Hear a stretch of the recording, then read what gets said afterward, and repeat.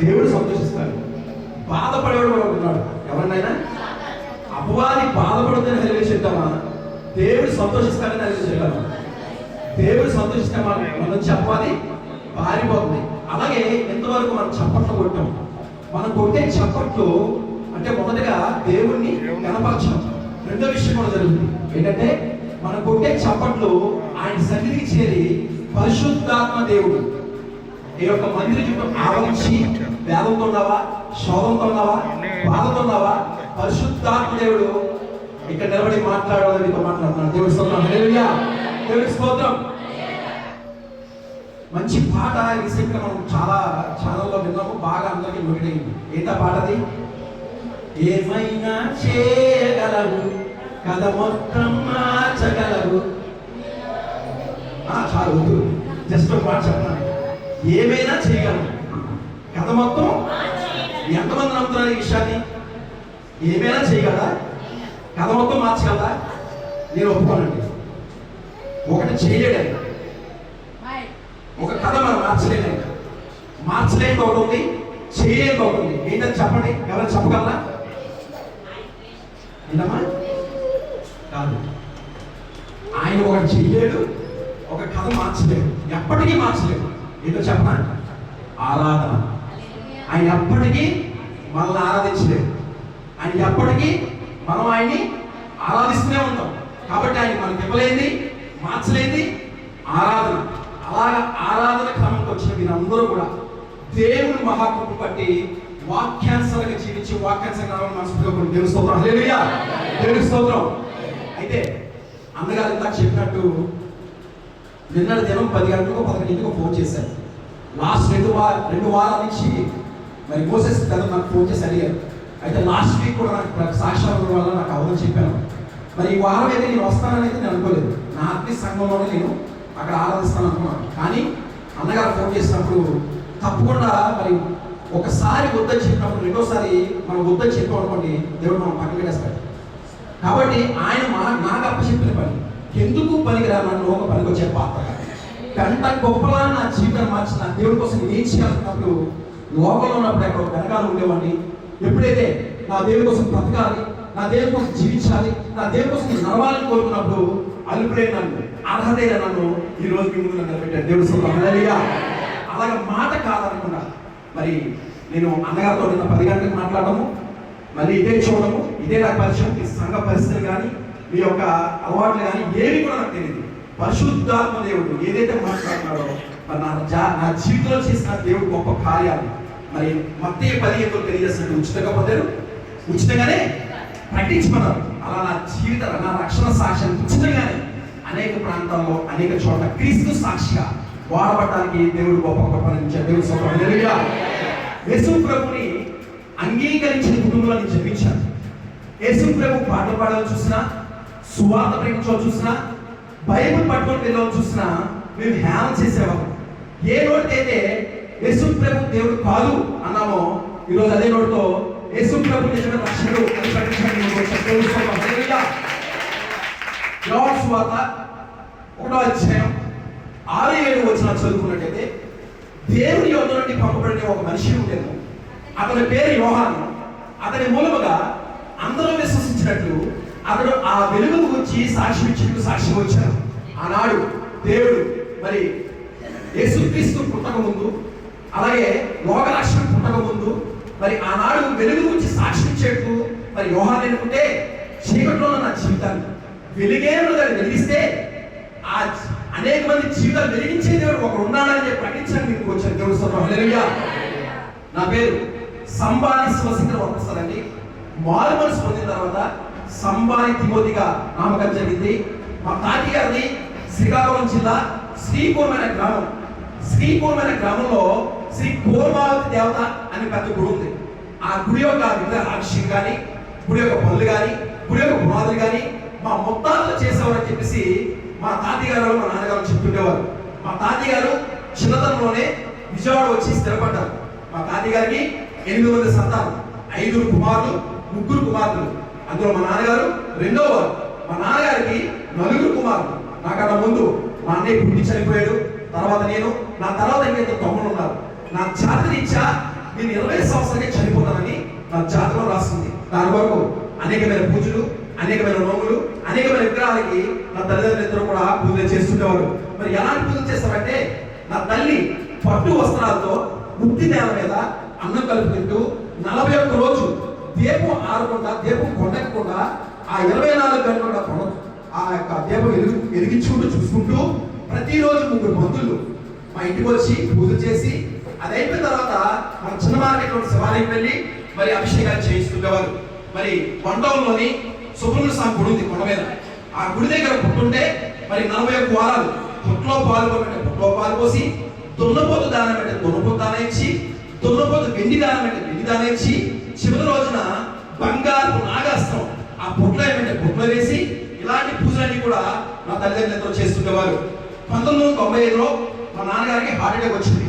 మరి ఇక్కడ విజయవాడలోని మరి గోల్సెన్స్ వ్యాపారం డాక్టర్స్ చెప్తున్నారు, ఈ వ్యాపారాలు ఉంటే ఈ టెస్ట్ వల్ల మరొకసారి హార్ట్ అటాక్ రావడానికి అవకాశం ఉంటుంది, కాబట్టి చనిపోవడానికి అవకాశం ఉంది, కాబట్టి ఈ వ్యాపారంలో ఉండకూడదు అని డాక్టర్స్ చెప్పినప్పుడు ఏ వ్యాపారం చేయాలి అనే ఆలోచన చేస్తున్నప్పుడు బంధువు ఒక ఆయన వచ్చి మా తాతయ్య గారికి చెప్పారు, ఇలా వైజాగ్లోని లారీ ట్రాన్స్ఫర్ పెడితే బాగుంటుంది, ఒక వ్యక్తి ఉన్నాడు, తినడానికి లేని స్థితిలో ఉన్నాడు, పెట్టుబడి పెట్టేవారు ఎవరు లేరు, కాబట్టి మనం వేరే వ్యాపారం చేయాలనుకున్నాం, కాబట్టి ఆ వ్యక్తిని ఆదుకున్నట్టు ఉంటుంది, మనం వేరే వ్యాపారం చేసుకుంటుందని చెప్పేసి మరి బంధువు ఒక ఆయన మా తాతయ్య గారికి చెప్పినప్పుడు 1995లో స్టీల్ ప్లాంట్ గేట్ దగ్గర కోర్మన్పాలెం గాజువాక ప్రాంతంలో సాయిరామ్ లారీ ట్రాన్స్ఫర్ అని చెప్పేసి అక్కడ లారీ ట్రాన్స్ఫర్ పెట్టడం జరిగింది. 2000 సంవత్సరానికి 10th క్లాస్ రాశాను, నేను 10th క్లాస్ ఫెయిల్ అయిపోయాను. నేను ఇంట్లోనే ఉండేవాడిని. ఒకరోజు మా అమ్మగారు కోమాలకు వెళ్ళిపోయారు. కోమాలకు వెళ్ళిపోతే వెంటనే మా నాన్నగారు వచ్చి హాస్పిటల్ తీసుకెళ్ళి మరి టెస్ట్ అన్ని చేయించారు. టెస్ట్ అన్ని చేయించిన తర్వాత డాక్టర్ చెప్తున్నారు, బ్రెయిన్ లో బ్లడ్ క్లాట్ అయింది, ఇమీడియట్లీ ఆపరేషన్ చేయాలి, ఆపరేషన్ చేస్తే ఒంట్లో ఏదో ఒక అవయవం చచ్చిపడిపోద్ది, లేకపోతే చనిపోవచ్చు చెప్పేసి డాక్టర్స్ చెప్పినప్పుడు మా నాన్నగారు ఎక్కువ వ్యాధి చెంది మరి చిన్నతనంలో నాకు ఏ విధంగా పూజలు చేశారో, ఏ విధంగా నోములు వచ్చారో, ఏ విధంగా గుడిగా తీసుకెళ్లారో నా తల్లి కూడా మరి పూజలు చేయించారు. శ్రీశైలం అని, తిరుపతి అని, అన్నవరం అని అనేకమైన చోట్ల తీసుకెళ్లి గుడిలో గీయించారు. ఎన్ని పూజలు చేసినా, ఎన్ని నోములు వచ్చినా, ఎంతమంది డాక్టర్ దగ్గరికి వెళ్ళినా, ఎన్ని మందులు వాడినా నా తల్లి తగ్గలేదు. అయితే ఒక ఫంక్షన్ కి మేము చూడవచ్చు, మా మూడో పిల్లి అప్పటికి దేవుడు అనుకున్నారు. మా పిల్లి చెప్తుంది, బావా వాళ్ళు డబ్బు ఖర్చు పెట్టావు, అలాగే అనేక మంది డాక్టర్ దగ్గరికి వెళ్ళావు, ఎవరు ఏం చెప్పా చేస్తావు, ఒక్కసారి యేసు ప్రభువును అంగీకరించి బావా, చర్చికి వెళ్ళి బావా, దేవుడు నీ జీవితంలో గొప్ప కార్యం చేస్తాడంటే నా తండ్రి ఒక మాట అనండి, దేవుడు కాదు, ఈ దేవుడు దరిద్ర దేవుడు, ఈ దేవుడి కోసం ఇప్పుడు చెప్పావు కానీ ఇంకెప్పుడు చెప్పదని చెప్పేసి అనేక సార్లు ఆయన ఒక మాటని పెడచని పెట్టారు. అయితే మా పార్ట్నర్కి ఒక ఆలోచన వచ్చింది, మా నాన్నగారు మా అమ్మగారికి పోవాలని చెప్పేసి అక్కడికని ఇక్కడికని తీసుకెళ్తుంటే మా పార్ట్నర్కి ఒక ఆలోచన వచ్చింది, నేను కష్టపడుతున్నాను, వీడు సూపర్గా ఎంజాయ్ చేస్తున్నాడు, అక్కడికి వెళ్తున్నాడు, ఇక్కడికి వెళ్తున్నాడు అని చెప్పేసి నేను కష్టపడ్డాను, వీడి తిన్నాను ఏంటి అని చెప్పేసి వేరొక ఆఫీస్ పెట్టుకొని బయటకు వెళ్ళిపోయాడు. కృతజ్ఞత భావం లేకుండా, తినడానికి లేని స్థితిలో తీసుకొచ్చే మన కృతజ్ఞత భావం లేకుండా ఆయన ఏం చేశారంటే బయటకు వెళ్ళిపోయి వేరే ఆఫీస్ పెట్టుకున్నాడు. పెట్టుకోగా మా నాన్నగారు చాలా వేదన చెందారు. తండ్రి కన్నా ఎక్కువ చూస్తున్నాడు కదా, ఏంటి నాకు చేశాడు, ఏంటి పరిస్థితి చాలా వేదన చెందారు. మరో ఫంక్షన్ కి మరొకసారి మళ్ళీ చూడవచ్చు. అప్పుడు మా పిన్ని చెప్తుంది, బావా 10 లక్షలు ఖర్చు పెట్టావు, 3 లక్షలు అప్పైపో, యేసు ప్రభు నమ్ముకోమని చెప్పట్లేదు, చర్చికి వెళ్ళమని చెప్పట్లేదు, ఒక్కసారి యేసు ప్రభు నిజమైన రక్షకుడు అని నీ హృదయంలో అంగీకరించి బావా, దేవుడు నీ జీవితంలో ఒక కార్యం చేస్తాడు, నీకు పోవట్లేదు, అలాగే అక్కడికి పోవట్లేదు, కాబట్టి ఒక్కసారి నువ్వు హృదయంలో అనుకో బావా అని చెప్పిస్తున్నప్పుడు మా నాన్నగారు రాత్రి పడుకున్నప్పుడు ఒక ఆలోచన వచ్చింది. ఆలోచనలోనే మా అమ్మగారికి 15-20 మందులు తగ్గలేదు, 10 లక్షలు ఖర్చు పెట్టారు, 3 లక్షలు అప్పు అయిపోయారు, ఎవరు అడిగినా సరే డబ్బులు పట్టట్లేదు. అప్పుడు పడుకున్నప్పుడు ఫస్ట్ టైంకి వచ్చేసరికి మరి నా భార్యకి 20,000 మందులు డబ్బులు కావాలి, నా పిల్లలు చదివించుకోవాలి, ఆఫీస్ మెయింటెనెన్స్ డబ్బులు కావాలి, ఏంటి పరిస్థితి, ఏంటి ఆలోచన, నాకేంటి ఎవరు అడిగినా సరే డబ్బులు ఇవ్వట్లేదు, ఇప్పుడేమో నేను ఎలా బ్రతకాలి అని చెప్పేసి ఆలోచన చేస్తున్నప్పుడు మా పిన్ని చెప్పిన మాట మా నాన్నగారు గుర్తొచ్చి, ఒకసారి యేసు ప్రభువుని అంగీకరిస్తే తప్పేంటి, ఒక్కసారి మోకాలేసి ప్రార్థన చేస్తే తప్పేంటి, మరి ఎవరేం చెప్పని చేశారు కదా, మరి 101 లింగాలకి ఇంత బాగులేని మనిషి కూడా ఒక రాత్రి అంతా అభిషేకాలు చేయమంటే అభిషేకాలు చేశాను, 2 సార్లు షిరిడి తీసుకెళ్ళాను, మరి ఎవరు ఏం చెప్పినా చేశాను, గుండెకి ఇచ్చాను, ఈ చేశాను, ఎవరు ఏం చెప్పినా చేశాను. ప్రతి శుక్రవారం కూడా 41 వారాలు లలిత సహస్రనామం 1000 మంత్రాల పుస్తకం ఉంటే ఆ పుస్తకాలు చాలా చదివాను, ఎన్ని చేసినా, ఎంత డబ్బు వాడినా, ఎంతమంది దగ్గరికి వెళ్ళినా నా భార్యకి తగ్గట్లేదు, నాకు తగ్గట్లేదు, ఒక్కసారి నా మనం చెప్పిన మాట తప్పేదని చెప్పేసి ఆ రాత్రి మోకాలేసి ప్రార్థన చేశారు. యేసయ్యా నువ్వే నిజమైన దేవుడు అని నా మనలో అనేక మాట చెప్పింది. ఆ మాటని ప్రవేశం పెట్టాను. నువ్వే నిజమైన దేవుడు ఏంటి, నువ్వే నిజమైన రక్షకుడు ఏంటి, నా ఒంట్లో సమస్య ఇస్తే, నా భార్యకు సమస్య ఇస్తే, నీకోసం నేను జీవిస్తాను, నీకోసం నేను నడుస్తాను, నీకోసం నేను బ్రతుకుతాను ప్రభు అని చెప్పేసి ఆ రాత్రి మోకాలేసి ప్రార్థన చేసినప్పుడు దేవుడు మహాకృప రాత్రి దేవుడు మా నాన్నగారిని అయితే వైజాగ్ వచ్చారు. వైజాగ్ వచ్చిన తర్వాత దగ్గరలో ఉన్న సంఘానికి వెళ్ళారు. సంఘానికి వెళ్ళిన తర్వాత బైబిల్ చదవడం మొదలుపెట్టారు. నేను బైబిల్ చదువుతున్నప్పుడు మా నాన్నగారు ఎలాగంటే రూమ్ లోకి వెళ్ళి వచ్చేవారు కాదు. అప్పుడు అనుకున్నాను కొంతకాలం ఏమో శివాలయం వెళ్ళారు, కొంతకాలం ఏమో ప్రేమ నాకు అర్థమైన తర్వాత అందరిలో ఒక దేవుడు అనుకుని నేను అందరికీ దేవుడు అండి. ఆయన దేవుడు స్తోత్రం హల్లెలూయా. ఆయన ఒక్కడే దేవుడు అండి, దేవుడు స్తోత్రం హల్లెలూయా. ఆయనే నజరేయుడైన యేసు, దేవుడు స్తోత్రం హల్లెలూయా. అలాగా పరిశుద్ధ గ్రంథం మరి చదవడం మొదలుపెట్టారు. ఈరోజు వాక్యం చదువుకోవాలి. వాక్యం చదివేటప్పుడు మనకు అర్థం కాదు. అదే మాట సేవకుడు మనతో మాట్లాడుతున్నప్పుడు మన హృదయాన్ని తాకుతుంది. ఎందుకంటే పరిశుద్ధాత్మ దేవుడు సేవకుడు వాక్యంతో మాట్లాడుతున్నప్పుడు మనం వెళ్తున్న మార్గం కానీ, మనం చేస్తున్న పని కానీ ఇది తప్పు అని తెలిసి ఆ మార్గంలో వెళ్ళడానికి, ఆ పని చేయడానికి ఆలోచన చేస్తాం. అలాగా పరిశుద్ధాత్మ దేవుడు సేవకుడు వాక్యంతో మాట్లాడుతుంటే మా నాన్నగారు హృదయం తాకి మా నాన్నగారికి భయం పుట్టిందండి. ఏంటంటే మా నాన్నగారికి ఒక బలహీనత ఉంది. ఆయనకి సిగరెట్ కాల్స్తే కానీ మోషన్ రాదు. అలాంటిది ఆయన 11 సార్లు అయ్యప్ప వేశారు. అయ్యప్ప వేసినప్పుడు కూడా ఆయన సిగరెట్ కాల్చేవారు. అలాగే సంఘానికి వచ్చిన తర్వాత, మందిరానికి వచ్చిన తర్వాత, ఈ పరిశుద్ధ గ్రంథం చేతపట్టిన తర్వాత పరిశుద్ధాత్మ సేవకుడు వాక్యంతో మాట్లాడుతుంటే మా నాన్నగారికి భయం పుట్టి సిగరెట్ కాల్చడం మానేశారు, మందు తాగడం మానేశారు.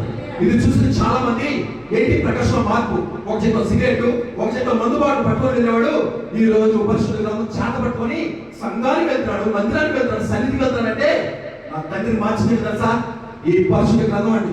ఈ పరిశుద్ధ గ్రంథం జీవిత మాట పరిశుద్ధాత్మ సేవకుడు వాక్యంతో మాట్లాడుతున్నప్పుడు తండ్రిలో భయం పెట్టి మరి సిగరెట్ కాల్చడం మానేశారు, అలాగే మరి మందు తాగడం మానేశారు. అలాగే మన సంఘానికి వస్తాం, మరి వచ్చిన విశ్వాసంతో కానీ నూతనంగా ఎవరైనా వచ్చిన వారితో కానీ మనం జస్ట్ ప్రేజ్ అని చెప్పేసి విడిచిపెడతాం. అలా కాకుండా ఆ వచ్చిన వారు మరి ఏ విధంగా మీరు రక్షించబడ్డారు, ఏ విధంగా మరి ఈ సంఘానికి వచ్చారు, మీ సాక్ష్యం ఏంటి అని చెప్పేసి వారితో మనం మాట్లాడుతున్నప్పుడు మీ యొక్క సమస్య ఏంటి చెప్పండి, మేము ప్రార్థిస్తాము, మీకోసం ప్రార్థిస్తాము అని చెప్పినప్పుడు ఆ యొక్క విశ్వాసం ఏమనిపిస్తుందంటే సంఘ విశ్వాసే ఎంత క్రీస్తు ప్రేమను తెలియజేస్తున్నాడంటే ఆ సంఘాన్ని అనిపిస్తున్న కాబట్టి ఇంకెంత క్రీస్తు ప్రేమను తెలియజేస్తాడో. కాబట్టి ఈ సంఘానికి నేను వెళ్ళాలి, ఎంత దూరంలో ఉన్నా సరే మందిరానికి వెళ్ళకుండా మరి వాళ్ళు మందిరానికి రావడానికి మరి ఇష్టపడతాను. ఎందుకంటే ఈ సంఘానికి రావడం నేను ఆశించబడతాను, నా పిల్లలు భవిష్యత్తు బాగుంటుంది, ఈ వాక్యంలో నేను బలపడతానని చెప్పేసి వారు లోకంలో వెళ్ళిపోకుండా మందిరానికి రావడానికి ఇష్టపడతారు. అలాగే మనం ఒకరినొకరు పురుగలుపుకోవాలి, ఒకరికొకరు ప్రార్థించుకోవాలి, ఒకరికొకరి కోసం ఏం చేసుకోవాలంటే మరి వారి యొక్క సమస్య తీసుకొని మనం ఏం చేయాలంటే వారి సమస్య కోసం మనం ప్రార్థించుకోవాలి ఉండాలి. అంతేగాని ఆ సమస్య తీసుకొని మరి నలుగురికి వెళ్ళి నానా విధాలుగా చెప్పి వాళ్ళని హ్యాండిల్ చేయడం క్రీస్తు ప్రేమను తెలియచేయడం కాదు. క్రీస్తు ప్రేమను తెలియచేయడం అంటే ఎదుటి వ్యక్తి శాపం కోసం ప్రార్థించడమే క్రీస్తు ప్రేమను తెలియచేయడం. అలా ఒకరు ఏం చేయాలంటే పురుగు కలుపుకోవాలి. అలాగా పరిశుద్ధ లేఖనం ఏం తెలియజేస్తుంది, ఈరోజు మనం మందిరానికి వస్తాం, నా బిడ్డలు బాగుంటే చాలు, నా పిల్లలు బాగుంటే చాలు, నేను ఆశించబడితే చాలు నా అని చెప్పేసి చాలా మంది విశ్వాసం వస్తున్నారు. కాబట్టి పరిశుద్ధ లేఖనం ఏం తెలియజేస్తుందంటే మరి 1 తిమోతి రాసిన పత్రిక మరి 2వ అధ్యాయం 1-2 వచనాల్లో ఒక మాట రాస్తుంది.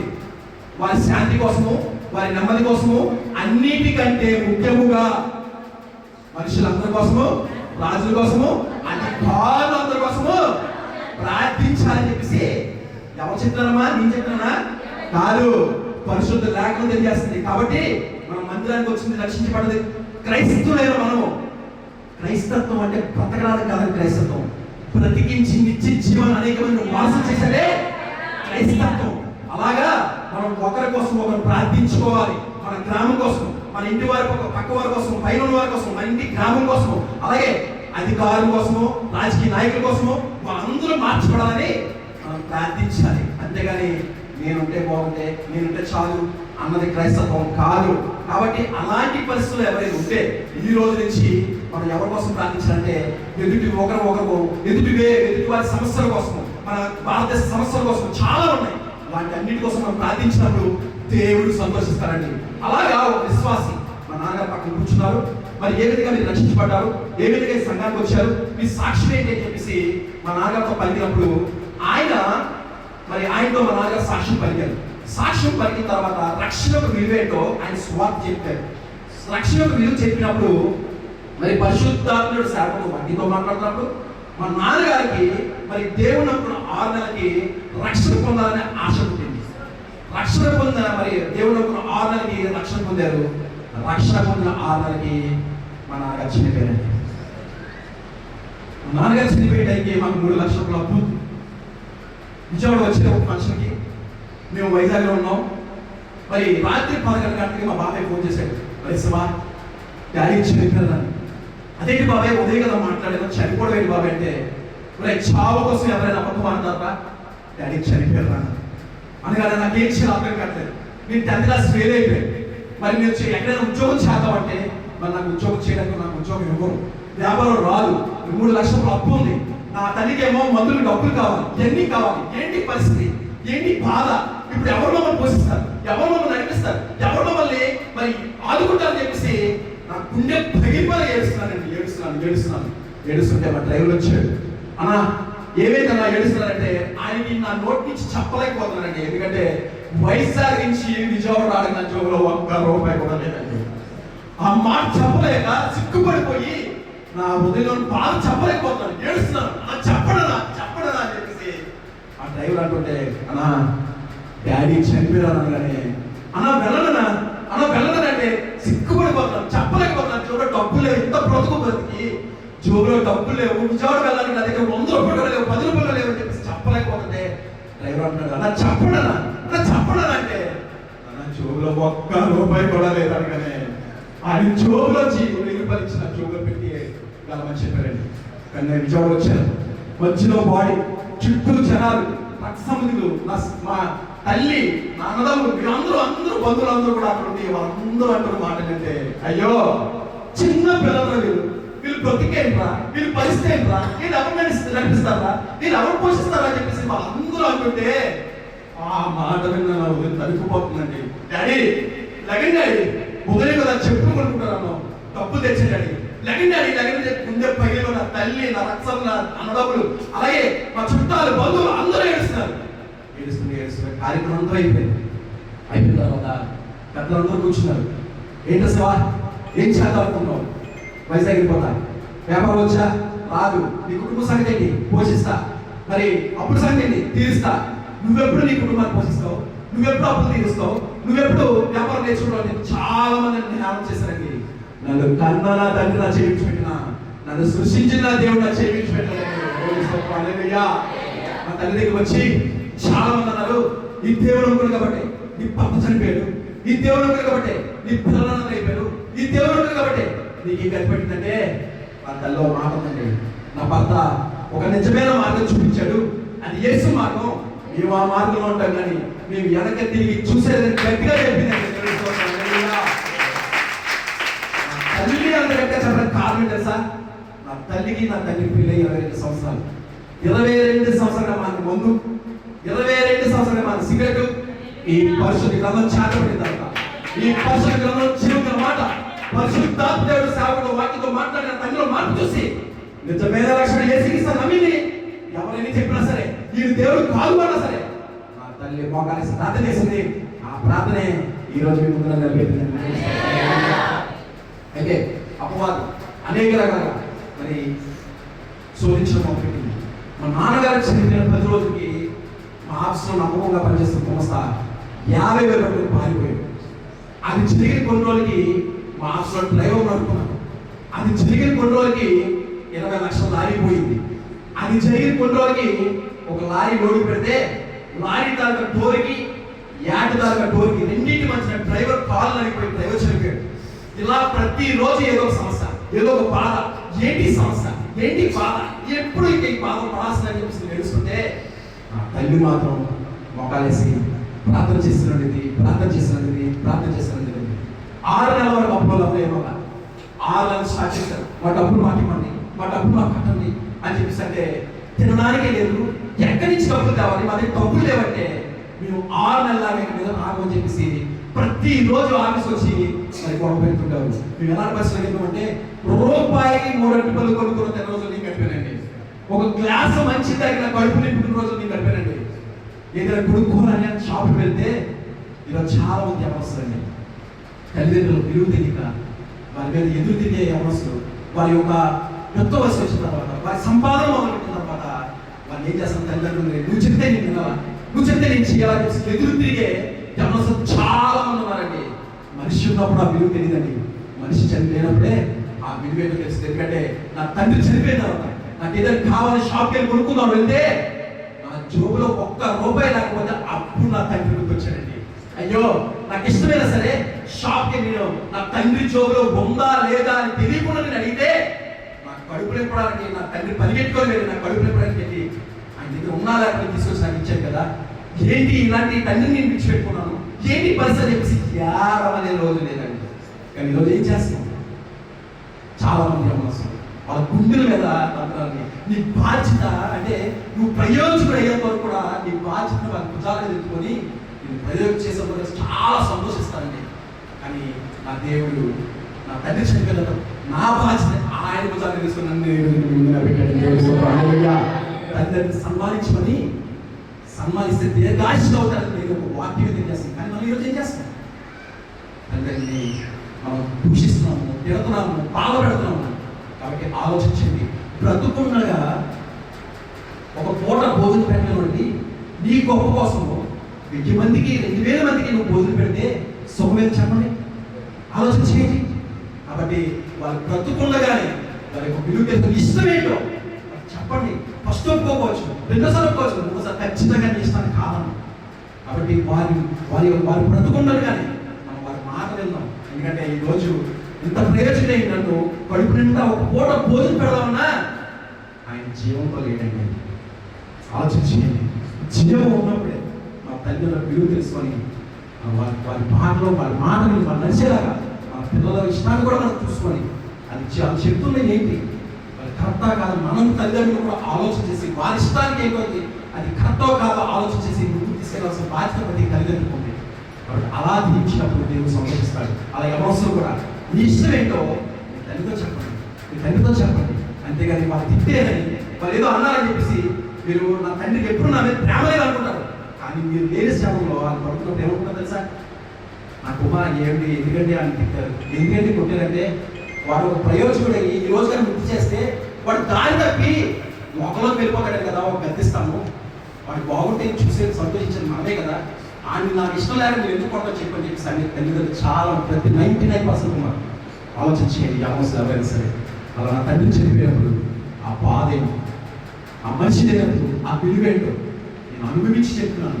నేను ఎవరో తీసుకొచ్చి చెప్పట్లేదు, నేను అనుభవించింది చెప్తున్నాను. ఆ తల్లిదండ్రులు ఉండగానే మనం ఏం చేయాలంటే వారిని మరి సన్మానించినప్పుడు బైబిల్ గ్రంథం తెలియజేస్తుంది, వాళ్ళు కూడా తీర్చిపడతారు. అలాగా డిసెంబర్ 25, 2005 మా అమ్మగారు మరి పండగ అని చెప్పేసి పలహారం చేస్తాను. నేను 5 లారీలు లోడ్ పెట్టా, ఒక్కొక్క లారీ 10 లక్షల సరుకు. అప్పటికి ఈ లారీ మాటకి మేము ₹1,00,000 ఇవ్వాలి. సంవత్సరం నుంచి ఇస్తామంటారు కానీ ఇవ్వట్లేదని చెప్పేసి ఈ 5 లారీలు ఏం చేశారంటే 50 లక్షల సరుకు తీసుకొచ్చి ఆఫీస్ దగ్గర తీసుకొచ్చి ఆఫీసర్ మీరు డబ్బులు ఇస్తేనే ఈ లారీ విడిచిపెడతామని చెప్పేసి వాళ్ళు పెట్టినప్పుడు ఈ విషయం తెలుసుకున్న అప్పుడు అందరూ ఏం చేశారంటే మా ఆఫీస్ తాళాలేసి పోలీస్ స్టేషన్కి కేసు పెట్టి నాకు ఫోన్ చేసి చెప్పారు ఎలా జరిగిందా కానీ నాకు ఏం చేయాలగా మరి నేను మనుషులు పడి ఏడుస్తుంటే నా తల్లి వచ్చి అసలు ఏమైంది అని చెప్పేసి అని అడగాని ఇది ఎలా జరిగిందా కానీ నా తల్లి వెంటనే అంటే 2-3 సందర్భాల్లో మరి మా ప్రధాన గారు లేకపోతే మా ప్రధాన గారు చెప్పినప్పుడు వచ్చి అప్పులో మాట్లాడి ఆగారు, సంవత్సరం పాటు ఆగారు.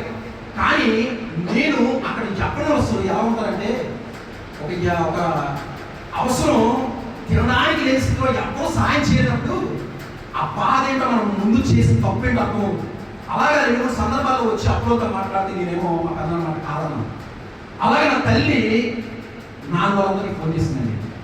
వాళ్ళందరూ అన్నమాట ఏంటో సార్ చస్తే చావని కానీ మాకు ఫోన్ చేద్దాం. వెంటనే తల్లి వచ్చి మొకాలేసి 2 చేతులు ఆకాశం ప్రార్థన చేస్తుంది. అప్పుడు నేను వెళ్ళాను చెయ్యి ఇంకా దేవుడు అంటాను, ఈ దేవుడు కాదు ఈ దేవుడు అందరు కాబట్టి నా తండ్రి చనిపోయాడు, ఈ దేవుడు అందరు కాబట్టి మేము అనాథ అయిపోయాడు, ఈ దేవుడు అందరు కాబట్టి మాకు ఇంకెంత పెట్టింది. ఇంకొకసారి దేవుడు అంటే మాత్రం మర్యాద ఉందంటే నా తల్లో మాట ఉందండి. అయిసవా ఆ మాట అంతా ఆవగలుగుతున్న విశ్వాసం అంటే దేవుడు సహాయం చేస్తాడు. ఎక్కడో నా హృదయంలో ఆవగలుగుతున్న విశ్వాసం, ఆవగలుగుతున్న విశ్వాసమే ఈరోజు మేము నిలబెట్టిన దేవుడు స్తోత్రం. ఒకసారి రెండు చేతులు ఆకాశం ప్రార్థన చేస్తుంటే 121 కీర్తన 1-2 వచ్చిన మాట వస్తుంది. కొండంతట్టు నా కళ్ళెచ్చున్నాను, నా సహాయం ఎక్కడి నుంచి వచ్చును, యెహోవా నాకు సహాయం కలుగును, ఆయనే భూమి ఆకాశాన్ని సృజించిన దేవుడు స్తోత్రం. హల్లెలూయా. రెండు చేతులు ఆకాశం ప్రార్థన చేస్తుంటే నా తల్లి ఎన్నో కొండెక్కిందండి. ఏ కొండ మీద దేవుడు సాయం చేయలేదండి. ఎత్తలేని ఎత్తేని కొండ ఒకటి ఉంది. ఆ కొండ మీద నీ కొరకు ఒక ఇచ్చాడు.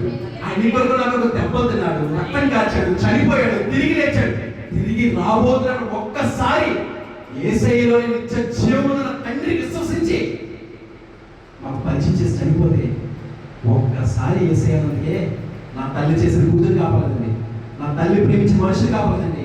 ఎవరు కాపాడాలంటే నేను నన్ను సృజించిన దేవుడు.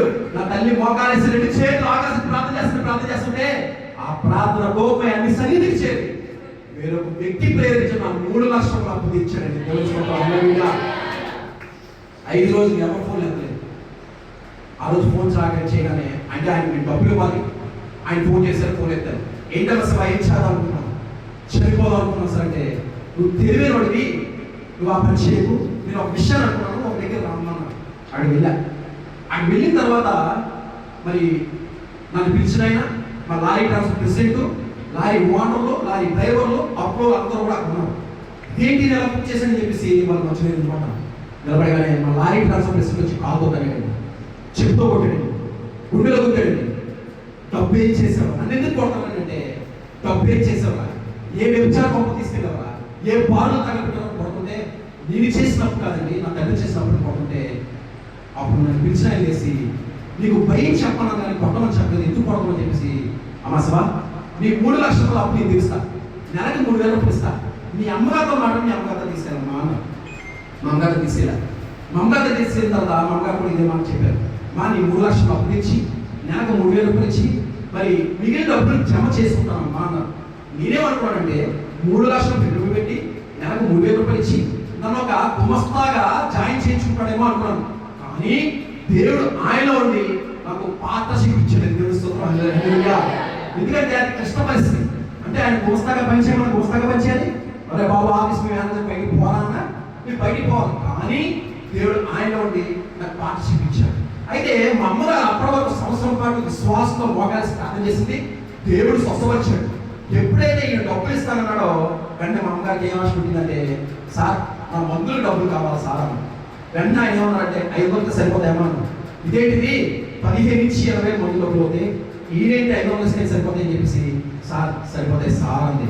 కానీ నా తల్లి స్వస్థపరచలేదు కదా సార్, ఏ డాక్టర్ స్వస్థపరచలేదండి, ఏ మందులు స్వస్థపరచలేదండి, ఏ మనిషి స్వస్థపరచలేదండి. నా తల్లి విశ్వాసంతో మోకాల్సి ప్రార్థన చేసినప్పుడు దేవుడు స్వస్థపరిచాడు. దేవుడు స్వస్థపరిచాడు. ఈరోజు చాలా మంది స్వస్థ కూడిక అని ఎక్కడ హైదరాబాద్ నుంచో బెంగళూరు నుంచో ఎక్కడి నుంచి వచ్చారని చెప్పేసి మనం వాల్ పోస్ట్లో చూస్తే వెంటనే ఏం చేస్తామంటే స్థానిక సంఘ కాపులు ఉన్నారన్న విషయం కూడా మర్చిపోయి మనం ఆ యొక్క స్వస్థ కూడికి వెళ్ళిపోతామండి. అంటే నీ స్థానిక సంఘ కాపుని ప్రార్థన చేస్తే నీకు స్వస్థ రాదని కదా దాని అర్థం. అంటే నీ స్థానిక సంఘ కాపును నువ్వు అవమానిస్తున్నది కదా అర్థం. నీ విశ్వాసమే స్వస్థపరుస్తుంది, నీ విశ్వాసమే నడిపిస్తుంది, నీ విశ్వాసమే నీ బలపరుస్తుందని నీ పరిశుద్ధ లేఖనం తెలియజేస్తుంటే మనం ఏం చేస్తాం? ఎవరో హైదరాబాద్ నుంచి వచ్చారు, ఎవరో బెంగళూరు నుంచి వచ్చారు, స్వస్థపడి కలిసి పారిపోయి వెళ్ళిపోతారండి. నా తల్లి హైదరాబాద్ ఎలా, ఏ బెంగళూరు ఎలా, ఏ సంఘానికి అంత సంఘంలో మోకాల్సి ప్రార్థన చేసింది, దేవుడు స్వస్థపరిచాడండి. కాబట్టి స్వస్థ కూడిక అంటే మనకు కాదు, ఎవరైతే రక్షించబడలేరు, ఎవరైతే దేవుడు మనకు తెలియదో వారిని తీసుకొచ్చి ఆ స్వస్థ కూడికలో కూర్చోబెట్టి వారు రక్షించబడడానికి, వారు దేవుడు యొక్క మహిమ తెలుసుకొని వారు రక్షించబడడానికి వారికి స్వస్థ కూడికలు. కాబట్టి నువ్వు ఏ సంఘానికి వెళ్తున్నావు ఆ సంఘంలో మోకాల్సి ప్రార్థన చేయి, దేవుడు స్వస్థపరుస్తాడు నీకు. అంతేగాని నీలో విశ్వాసం లేకుండా, నువ్వు విశ్వసించకుండా దేవుడు నన్ను స్వస్థపరుస్తాడు అని నీలో విశ్వాసం లేకుండా నువ్వు ఎంత పెద్ద సేవకుడు వచ్చినా, ఎంత అభిషేకుడు వచ్చినా, ఎంత స్వస్థపరుడు వచ్చినా సరే నువ్వు స్వస్థత పడవు. కాబట్టి నీ విశ్వాసమే నేను స్వస్థపరుస్తుందని నీకు చెప్పట్లేదు. యేసు ప్రభు వారే రక్తస్రావంతో మరి బాధపడుతున్న స్త్రీని మరి స్వస్థపరిచినప్పుడు యేసు ప్రభు అన్నారండి. యేసు ప్రభు గొప్ప అమ్మా నీ విశ్వాసమే నేను స్వస్థపరిచిందమ్మా అని ఎవరు చెప్పారు? స్వయాన యేసయ్య చెప్పాడు, అంటే దేవుడు చెప్పాడు. కానీ ఈరోజు మనం ఏం చేస్తాం? ఆ స్థానంలో సేవను తీసుకొచ్చి వాళ్ళని దేవుడు చేసేస్తాం. ఆలోచన చేయండి. నీ విశ్వాసం స్వస్థపరుస్తుంది, వాక్యం తెలియజేస్తుంది. కాబట్టి నీ విశ్వాసించి ఏ సంఘంలో మోడల్స్ ప్రార్థించి దేవుడిని స్వస్థపరుస్తాడు. అలా తల్లి విశ్వాసంలో మోడల్స్ ప్రార్థించింది, దేవుడిని స్వస్థపరచండి. అయితే సాయంత్రం 5 గంటలకి ఆశ్చర్యమ్మ అప్లోకి ఎవరెవరు అన్ని సెటిల్మెంట్ చేసుకున్నాం అని చెప్పేసి ఆయన చెప్పినప్పుడు నేను వెళ్ళాను. ముందుగా లారీ ఓనర్ డబ్బులు ఇవ్వాలి కాబట్టి ఆయన డబ్బులు లెక్కేసి ఆయన చేతికి ఇచ్చారు. చేతికి ఇవ్వగానే లారీ ఓనర్ డబ్బులు లెక్కేస్తున్నాడు. లెక్కేస్తుండగా ఆయన నా వైపు చూసి, అమ్మ శివ, ఉదయం నుంచి ఫోన్ చేస్తున్నాను, ఫోన్ స్విచ్ ఆఫ్ వస్తుంది అమ్మా అంటే ఈయన ఆదుకున్న ఆనందంలో ఈ ఫోన్ ఎక్కడ మర్చిపోయాను. ఇప్పుడంటే మనకు ఫోన్లు బాగా అలవాటే, కానీ అప్పుడు ల్యాండ్ ఫోన్ లేదు. అయితే అప్పుడు ఆయన చెప్పడానికి ఇలా జోన్ చేసుకొని, సార్ ఫోన్ పోయింది సార్, 1500 సెల దగ్గరే నువ్వు ఎంత అశ్రద్ధంగా ఉంటే నీ మీద 3 లక్షలు పెట్టుబడి ఎలా పెడతానని చెప్పేసి లెక్క పెడతాను డబ్బులు తీసుకుని వెళ్ళిపోయాడు. చుట్టూ అప్పులు, లారీ ఓనర్లు, లారీ డ్రైవర్లు, ఏంటి పరిస్థితి దగ్గర మధ్యలో ఉండిపోయాడు. మా డబ్బులు మాకు కట్టండి, మా డబ్బులు మాకు ఇవ్వండి. లారీ క్లియర్గా వచ్చేసరికి అప్పు తీస్తా, పాస్వర్డ్ చేసరికి అప్పు తీస్తా, దయచేసి అని విడిచిపెట్టంటే లారీ ఓనర్లు ముందుగానే ప్రిపేర్ అయ్యి వచ్చారు. ఏంటంటే ఆఫీస్ యాన్యువల్ చేసుకోవడానికి బ్యాగ్ నుంచి కాగితం తీసి సంతకాలు పెట్టిస్తున్నారు. మీ అమ్మగారితో కూడా సంతకం పెట్టించని చెప్పేసి మా అమ్మగారికి వెళ్ళమని చెప్పారు. అయితే ఆ కాగితాలు పట్టుకొని వెళ్తుండగా మళ్ళీ తిరిగి ఆయన వచ్చాడు. ఏంటో తిరిగి వచ్చాడని ఆలోచన చేస్తుంటే ఎవరెవరు డబ్బులు అందరికీ డబ్బులు ఇచ్చేసి ఆయన లాస్ట్ వచ్చి ఎప్పుడు మాట్లాడంటే, అమ్మ శివ, నేను ఒక డబ్బు ఇచ్చాను, 5 సంవత్సరాలు అవుతుంది, మరి 3 సంవత్సరాల నుంచి ఫోన్ ఎత్తలేదు, 3 సంవత్సరాల నుంచి వడ్డీ కట్టలేదు. ఆయన వచ్చి నా డబ్బులు నాకు ఇచ్చాడు శివ, నేను కూడా దేవుడు నమ్ముతున్నాను శివ, నాకు దేవుడు స్తోత్రం చేశానండి. కానీ ఏ విధంగా అంటారు? ఒక సెంటిమెంట్గా వెళ్ళిపోయాడు. ఒక సెంటిమెంట్గా వెళ్ళిపోయినాడు. మళ్ళీ రావాలంటే ఒక సెంటిమెంట్గానే రావాలి. అంటే 3 సంవత్సరాల నుంచి ఫోన్ ఎత్తలేనాడు, 3 సంవత్సరాల నుంచి వడ్డీ కట్టలేనాడు. ఆ క్షణం పోయే డబ్బులు దేవుడు ఆయన ఇచ్చాడు కాబట్టి నాకు మంచి జరిగింది, నాకు శుభం జరిగింది, కాబట్టి ఈ కుటుంబాన్ని నేను ఆదుకోవాలని చెప్పేసి ఆ 3 లక్షలు తీసుకొచ్చి నా 3 లక్షల అప్పు తీర్చాడు. దేవుడు స్తోత్రం. నిరీక్షణ కలిగి ఉండాలండి. దేవుడు చేస్తాడంటే చేస్తాడు, కానీ నువ్వు అనుకున్నప్పుడు చేయడు, ఆయన అనుకున్నప్పుడు చేస్తాడు. అన్నప్పుడు కూడా మనం నిరీక్షించి మనం చూడాలి. అంతేగాని చూడకుండా మనం ఏం చేస్తామంటే, మరి ఈ దేవుడు ఉన్నాడు కాబట్టి మనకి ఈ కష్టాలు వచ్చాయి, ఈ దేవుడు ఉన్నాడు కాబట్టి మనకి నందలు వచ్చాయి, ఈ దేవుడు ఎందుకు వెనక్కి వెళ్ళిపోయే విశ్వాసం చాలా మంది ఉన్నారండి. ఆలోచన చేయండి. మన దేవుడు నమ్మదగిన వాడు. అడిగింది లేకుండా మరి ఇచ్చే దేవుడు ఎవరైనా ఉన్నాడంటే మన దేవుడు. కానీ మనం ఏం చేస్తామంటే మరి నిరీక్షణ లేకుండా వెనక్కి వెళ్ళిపోతామండి. ఒకసారి ఆలోచించేయండి. దేవుడు ఎన్నో కార్యాలను జీవితంలో చేస్తుంటాడు. ఆ చేసినప్పుడల్లా కూడా ఒక కమిట్మెంట్ తీసుకుంటాం. ప్రభువా, ఈ సహాయం, ఈ కార్యం చేయి, మరి నేను ఇది చేస్తాను, ఈ మందిరానికి ఇలా చేస్తాను, లేకపోతే ఇలా కమిట్మెంట్ తీసుకుంటాం. అలాగే ఎన్నోసార్లు దేవుడు నీ జీవితంలో చేసిన కార్యాలన్నింటిలో ఎన్నోసార్లు ఆ మాట తప్పుకుంటావు కదా. ఎన్నిసార్లు ఆయన బాగుపెట్టుంటావు. ఒక్కసారి నీ కార్యం లేట్ చేసినందుకే ఆయన వినిపిస్తావే, మరి నువ్వు ఎన్నిసార్లు మాట తప్పావు అంటే ఆ మాట జ్ఞాపకం కోసం ఆ కార్యం లేట్ చేస్తాడేమో. అన్నిటికీ ముఖ్యమైన మనం విడిచిపెట్టాల్సి ఉంటుంది. ఒకవేళ నీ హృదయంలో అయితే విడిచిపెట్టడం లేదేమో, అందుకే ఆ యొక్క విడిచిపెట్టవలసింది ఒకటి ఉంటే ఆ విడిచిపెట్టవలసింది ఉంది కాబట్టి నీ కార్యానికి అడ్డుకోవడం ఉంటుందేమో. కాబట్టి మనం ఏం చేయాలంటే దాని కోసము ఆ విడిచిపెట్టాలని ప్రార్థన చేయాలి. ఆ విడిచిపెట్టినప్పుడు ఖచ్చితంగా ఆ అడ్డుకోవడం ఉన్న ఆ విడిచిపెట్టినప్పుడు దేవుడు నీ జీవితంలో గొప్ప కార్యం చేస్తాడు. అలాగా మనం ప్రార్థించాలి. నా ప్రార్థన సీక్రెట్ చెప్పనా?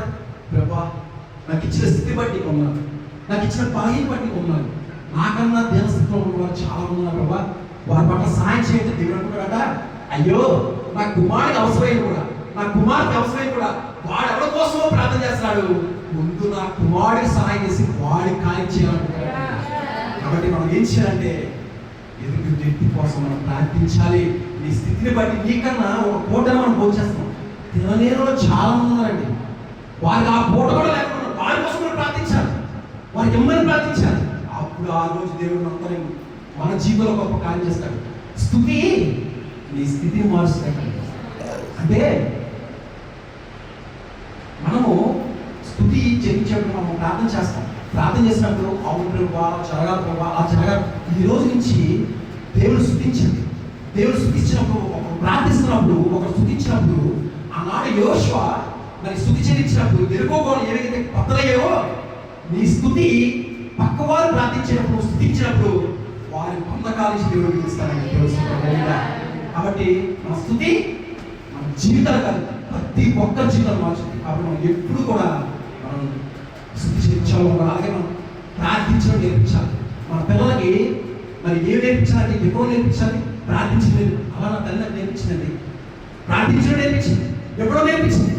ఈరోజు నా తల్లి విశ్వాసం అనే మరి ప్రార్థన పునాది మీద ఈరోజు నేను ఎవరు మాట్లాడుతున్న కారణం ఏంటో సార్, నా తల్లి విశ్వసించి ప్రార్థించిందండి. ఆ ప్రార్థన ఈరోజు మీ ముందు నిలబెట్టింది. కాబట్టి మన పిల్లల కోసం, మన భవిష్యత్తు కోసము మనం ప్రార్థించినప్పుడు వాళ్ళకి ప్రార్థించడం నేర్పించాలి. ఈరోజు నేను వచ్చానండి, నేను సాక్ష్యం చెప్పానండి. మరి 10 మందిగా ఇక్కడ ఉన్నారు. ఇందాక ఒక సిస్టర్ గారు ప్రార్థన చేస్తే ఒక మంచి మాట ఉన్నారు, ప్రభువా ఇలాంటి సాక్షి మా సంఘంలో కూడా నిలవాలి. మా సంఘానికి కూడా చాలా మంది విశ్వాసం అదే వేరే సంఘాలు పిలిచి అసలు ఎంత మంచి ప్రార్థన అండి. నిజమండి, ఈరోజు ఈ నలుగురు విన్నాను. మరి ఈ గ్రామంలో ఎంతో మంది ఉన్నారు. వాళ్ళందరికీ వచ్చి సాక్షి చెప్పగలనా? వాళ్ళందరికీ ఏమో చెప్పాలి? ప్రతి ఒక్కరూ ఒక నీతిమంతుడు ఉంటే ఆ గ్రామము, ఆ రాష్ట్రము, ఆ సంఘము బాగుందండి. అలాగే నీతిమంతుడైన అబ్రహాము లోతుని కాపాడుతున్నాడు. నోవాహు ఒక నీతిమంతుడు కుటుంబాన్ని రక్షించుకున్నాడు. అలాగే మన జీవితాలు కూడా అలాగే మనం కట్టుకున్నప్పుడు ఖచ్చితంగా మనం నీతిమంతులు అయినప్పుడు వాక్యానుసారంగా జీవించి వాక్యానుసారంగా నడిస్తే ఖచ్చితంగా నువ్వు ఒక నీతిమంతుడు అయితే నీ కుటుంబమే కాదు, నీ గ్రామమే కాదు, నీ పక్కింటి వారే కాదు, ఆ రాష్ట్రము, ఆ దేశము అన్నీ కూడా బాగుంది. అలాగే ప్రతి సంఘంలో ఒక నీతిమంతుడు, ప్రతి కుటుంబంలో ఒక నీతిమంతుడే ఉంటే ఖచ్చితంగా దేవుడు రాజ్యం కట్టబడడం అంత కష్టం కాదండి. కాబట్టి మనం అంటే మన స్థితి మనం అలాగే ప్రార్థించాలి. మన పిల్లలకు నేర్పించి అలా సాక్షులుగా నిలబడి అనేక మంది జీవితాలు మార్చుకోవాలా, మన జీవితాలు మార్చాలని మన పిల్లల కోసం మనం ప్రార్థించాలి. అలా మన తల్లి ప్రార్థించింది, ప్రభా తిమోతి అనే ఒక ప్రవక్త పేరు పెట్టుకున్నాం, అలా ప్రవక్తలా జీవించాలి ప్రభా అని చెప్పేసి నా తల్లి ప్రార్థించింది. అది ఈరోజు నాకు బైబిల్ ఏమో తెలియదు, వాక్యం తెలియదు, ఏమి తెలియదు, కానీ పరిశుద్ధాత్మ ఈరోజు నిలబడి మాట్లాడుతున్న కారణం ఏంటో సార్, నా తల్లి విశ్వాసంతో స్థుతి చెల్లించింది, ప్రార్థించింది. ఆ ప్రార్థన ఈరోజు మేము నిలబెట్టింది. కాబట్టి మన పిల్లలు కూడా మార్చుకోవాలి. ఇందాక ఆ సిస్టర్ గారు ఎవరైతే ప్రార్థించారో అలా ప్రతి ఒక్కరూ ప్రార్థించాలి. అలా ప్రార్థించినప్పుడు దేవుడు మన జీవితంలో గొప్ప కార్యం చేస్తాడు. దేవుడు అలాగా కొన్ని రోజులు అయిన తర్వాత మేము కలిసి వ్యాపారం చేస్తుండగా ఆయన బామర్దిని మరి ఆయన నాకు పార్ట్నర్షిప్ చేసి ఆయన కన్స్ట్రక్షన్ ఫీల్డ్కి వెళ్ళాడు. కన్స్ట్రక్షన్ ఫీల్డ్ వెళ్ళిన తర్వాత మేము కలిసి వ్యాపారం చేస్తాం. వ్యాపారం చేసినప్పుడు నేను ఒక అమ్మాయిని ప్రేమించాను. మా ఇంటి ఎదురుగా ఉండేది అమ్మాయి. మరి చుట్టుపక్కల ప్రాంతం వాళ్ళు మరి సాయంత్రం పూట అలాగా కాలక్షేపం చేసుకోవడం కూర్చుంటారు కదా, అలా కూర్చున్నప్పుడు ఆ ఇంటికి వెళ్ళి మాట్లాడుతున్నప్పుడు తండ్రి లేకపోయినా సరే కుటుంబాన్ని పోషిస్తున్నాడు, కుటుంబాన్ని నడిపిస్తున్నాడు, ఏ అలవాటు లేవు, మంచి కుర్రాడు అని చెప్పేసి మరి ఆ ప్రాంత ప్రజలందరూ అక్కడ చెప్పినప్పుడు ఆ అమ్మాయి కూడా నా మీద ప్రేమ కలిగింది. అయితే నాకు కూడా ఆ యొక్క చుట్టూ గ్రామంలో ఆ ప్రాంతంలో అమ్మాయి మంచిదని చెప్పేసి ఫ్రెండ్స్ అందరూ చెప్పినప్పుడు నాకు కూడా అమ్మాయి మీద ప్రేమ కలిగింది. ఇద్దరు ప్రేమించుకున్నాం. అయితే పెళ్లి చేసుకున్నాం అనుకున్నాం. వాళ్ళ ఇంట్లో చెప్పాము ఒప్పుకోలేదు, మా ఇంట్లో చెప్పాము ఒప్పుకోలేదు. ఒప్పుకోపోయేసరికి మేము బయటకు వెళ్ళి పెళ్లి చేసుకుందాం అనుకున్నాం.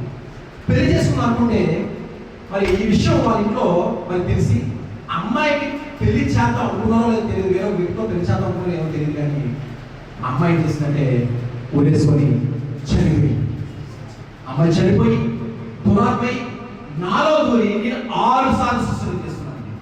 ఎందుకంటే ఇంట్లోంచి బయటకు వెళ్ళినప్పుడు, బయట నుంచి ఇంట్లోకి వచ్చినప్పుడు ఆ ఇల్లు చూసినప్పుడు వల్ల అయ్యో ఈ అమ్మాయిని ప్రేమించాను కాబట్టి ఈ అమ్మాయి చనిపోయింది, అదే ఈ అమ్మాయిని ప్రేమించకపోతే ఈ అమ్మాయి పెట్టుకునేది కదా, ఒక ప్రాణం పోవడం కారణం నేనే అని చెప్పేసి ఇంట్లోంచి బయటకు వెళ్ళినప్పుడు, బయట నుంచి ఇంట్లోకి వచ్చినప్పుడు ఆ యొక్క ఇల్లు చూసినప్పుడల్లా కూడా నాకు చనిపోవాలని కోరుకుంటే 2 సార్లు ఎంత మాత్రం తీశాను. తువ్వాడ పిచ్చి మీద పడుకుపోయా, తువ్వాడ పిచ్చి మీద దొరికిపోయా, పట్టాలే పడుకుపోయా, బస్సు కిందకి. ఇలాగా నేను 6 సార్లు సుస్థిరం చేస్తున్నాను. అలా చేసుకున్న క్రమంలో ఈ విషయాలు చేసుకున్న పెద్దనాన్న గారు విజయవాడ నుంచి వైజాగ్ వచ్చి నన్ను మరి విజయవాడ తీసుకెళ్ళి నెల రోజు నెల రోజులు నా కోసం గొలుసు ప్రార్థన చేసి, ఉపవాసం ఉండి గొలుసు ప్రార్థన చేసి నాకు విడుదల వచ్చింది అనుకొని మరి ఏప్రిల్ 2010 నాకు బాప్తిసం ఇచ్చి మళ్ళీ నన్ను వైజాగ్ పంపించారు. బాప్తిసం తీసుకోకుండా జీవితం, బాప్తిసం తీసుకున్న జీవితం, బాప్తిసం తీసుకోకుండా జీవితం శ్రమ ఉండేది. బాప్తిసం తీసుకున్న జీవితం శ్రమతో పాటు విడుదలతో పాటు ఆశీర్వాదం చూసాను. తెలుస్తుంది ఈరోజు బాప్తిసాల కోసం చాలా మంది తల్లిదండ్రులే మరి వెనకలాగేసే తల్లిదండ్రులు ఉన్నారు. పెళ్లి కోసము, స్వస్థ కోసము, ఉద్యోగాల కోసము బాప్తిసం తీసుకునే పిల్లలు కూడా ఉన్నారు. కాబట్టి అలాంటి బాప్తిసాలు దేవుడికి అక్కర్లా. నువ్వుగా కావాలని దేవుడు అడుగుతున్నాడు. నువ్వు ఇచ్చే ఆస్తి, నువ్వు ఇచ్చే డబ్బు, నువ్వు ఇచ్చే ఏది కాదు కోరుకోవద్దు. నువ్వుగా ఒక కుటుంబంలో ఒక తండ్రికి సంపాదిస్తే ఆ కుటుంబం పోషించబడదు. కానీ నీ ఒక్క రక్షణ నీ కుటుంబం రక్షించబడదు. నీ రక్షణ నీకే. నువ్వుగా నాకు కావాలని దేవుడు అడుగుతున్నాడు. నీ హృదయం కావాలంటున్నాడు దేవుడు. నేనే దేవుడిని, నేను తప్ప ఇంకొక దేవుడు లేడు, నన్నే పూజించాలి, నన్నే ఆరాధించాలని దేవుడు వాక్యం తెలియజేస్తుంది. కానీ మనం ఏం చేస్తామంటే పెళ్లి కోసము, స్వస్థ కోసము, వీటి కోసం బాప్తిసాలు, అలాంటి బాప్తిసాలు ఎవరైనా తీసుకుని ఉంటే ఈరోజు మారు పొందండి. దేవుడు నా కోసం రక్తం కాల్చి నా కోసం మరణించాడు అని విశ్వసించి నాకు ఒక రాజ్యం ఉంది, ఆ రాజ్యంలో నన్ను వారసులు చేస్తాడని చెప్పేసి విశ్వసించండి. అంతేగాని బాప్తిసాలు తీసుకొని ఏదో పెళ్లి కోసం అలాంటి బాప్తిసాలు దేవుడు అక్కర్లేదు. ధనవంతుడైన ఆయన దరిద్రుడిగా లోపలికి వచ్చి నిన్ను నన్ను ధనవంతుడు చేశాడు. ఈ మాట చాలాసార్లు వింటాం కదా. ధనవంతుడైన ఆయన దరిద్రుడిగా లోపలికి వచ్చి నిన్ను నన్ను ధనవంతుడు చేశాడు. మనం ఎక్కడ దరిద్రుడిగా ఉన్నాం కదా, ఎక్కడ ధనవంతుడయ్యాం ఆలోచన చేసిన విషయాన్ని. అంటే తండ్రి దేవుడు కుమారుడిగా లోకానికి వచ్చి నీ కొరకు నా కొరకు మనం మరి మరణించి మరి ఉచితమైన రక్షణని నిత్య జీవంలో వారసు చేశారండి. ధనవంతుడైన ఆయన దరిద్రుడి లోకానికి నిన్ను ధనవంతుడు ఏం చేశారంటే నిత్య జీవంలో చేశాడండి. కానీ మనం ఏం చేస్తాం? ఉచితమైన రక్షణ పక్కన పెట్టి ఉచితమైన బస్సు కోసము, ఉచితమైన రేషన్ కోసము మరి పరిగెడుతున్నాం అండి. ఒక పూట తిని అరిగిపోయే రేషన్ కోసమే నీకు ఎంత అసలు ఉంటే ఆకలి లేని రాజ్యాన్ని, మరి పరిపాలన రాజ్యాన్ని, ఒక సింహాసనాన్ని దేవుడు నీకు ఇస్తానంటుంటే మనం ఆ రక్షణ పక్కన పెట్టేస్తామండి. ఆలోచించేయండి. బాప్తిసం తీసుకోవడం అంటే ఒక ఆరాధన అండి. కానీ మానవ ఏంటి తెలుసా? వాక్యానుసారంగా జీవించి, వాక్యానుసారంగా నడిచి, వాక్యానుసారం నడవడమే మానవ అంటే. నేను తప్ప, నేనే దేవుడిని, నేను తప్ప దేవుడు నన్నే ఆరాధించాలి. మనం చేస్తాం. ఆ స్థానంలోకి ఎవరో తీసుకొచ్చేస్తాం. ఇచ్చి మనం వాక్యం చదవాలి, బైబిల్ చదవాలి. బైబిల్ చదివితే ఏమో తెలుసా?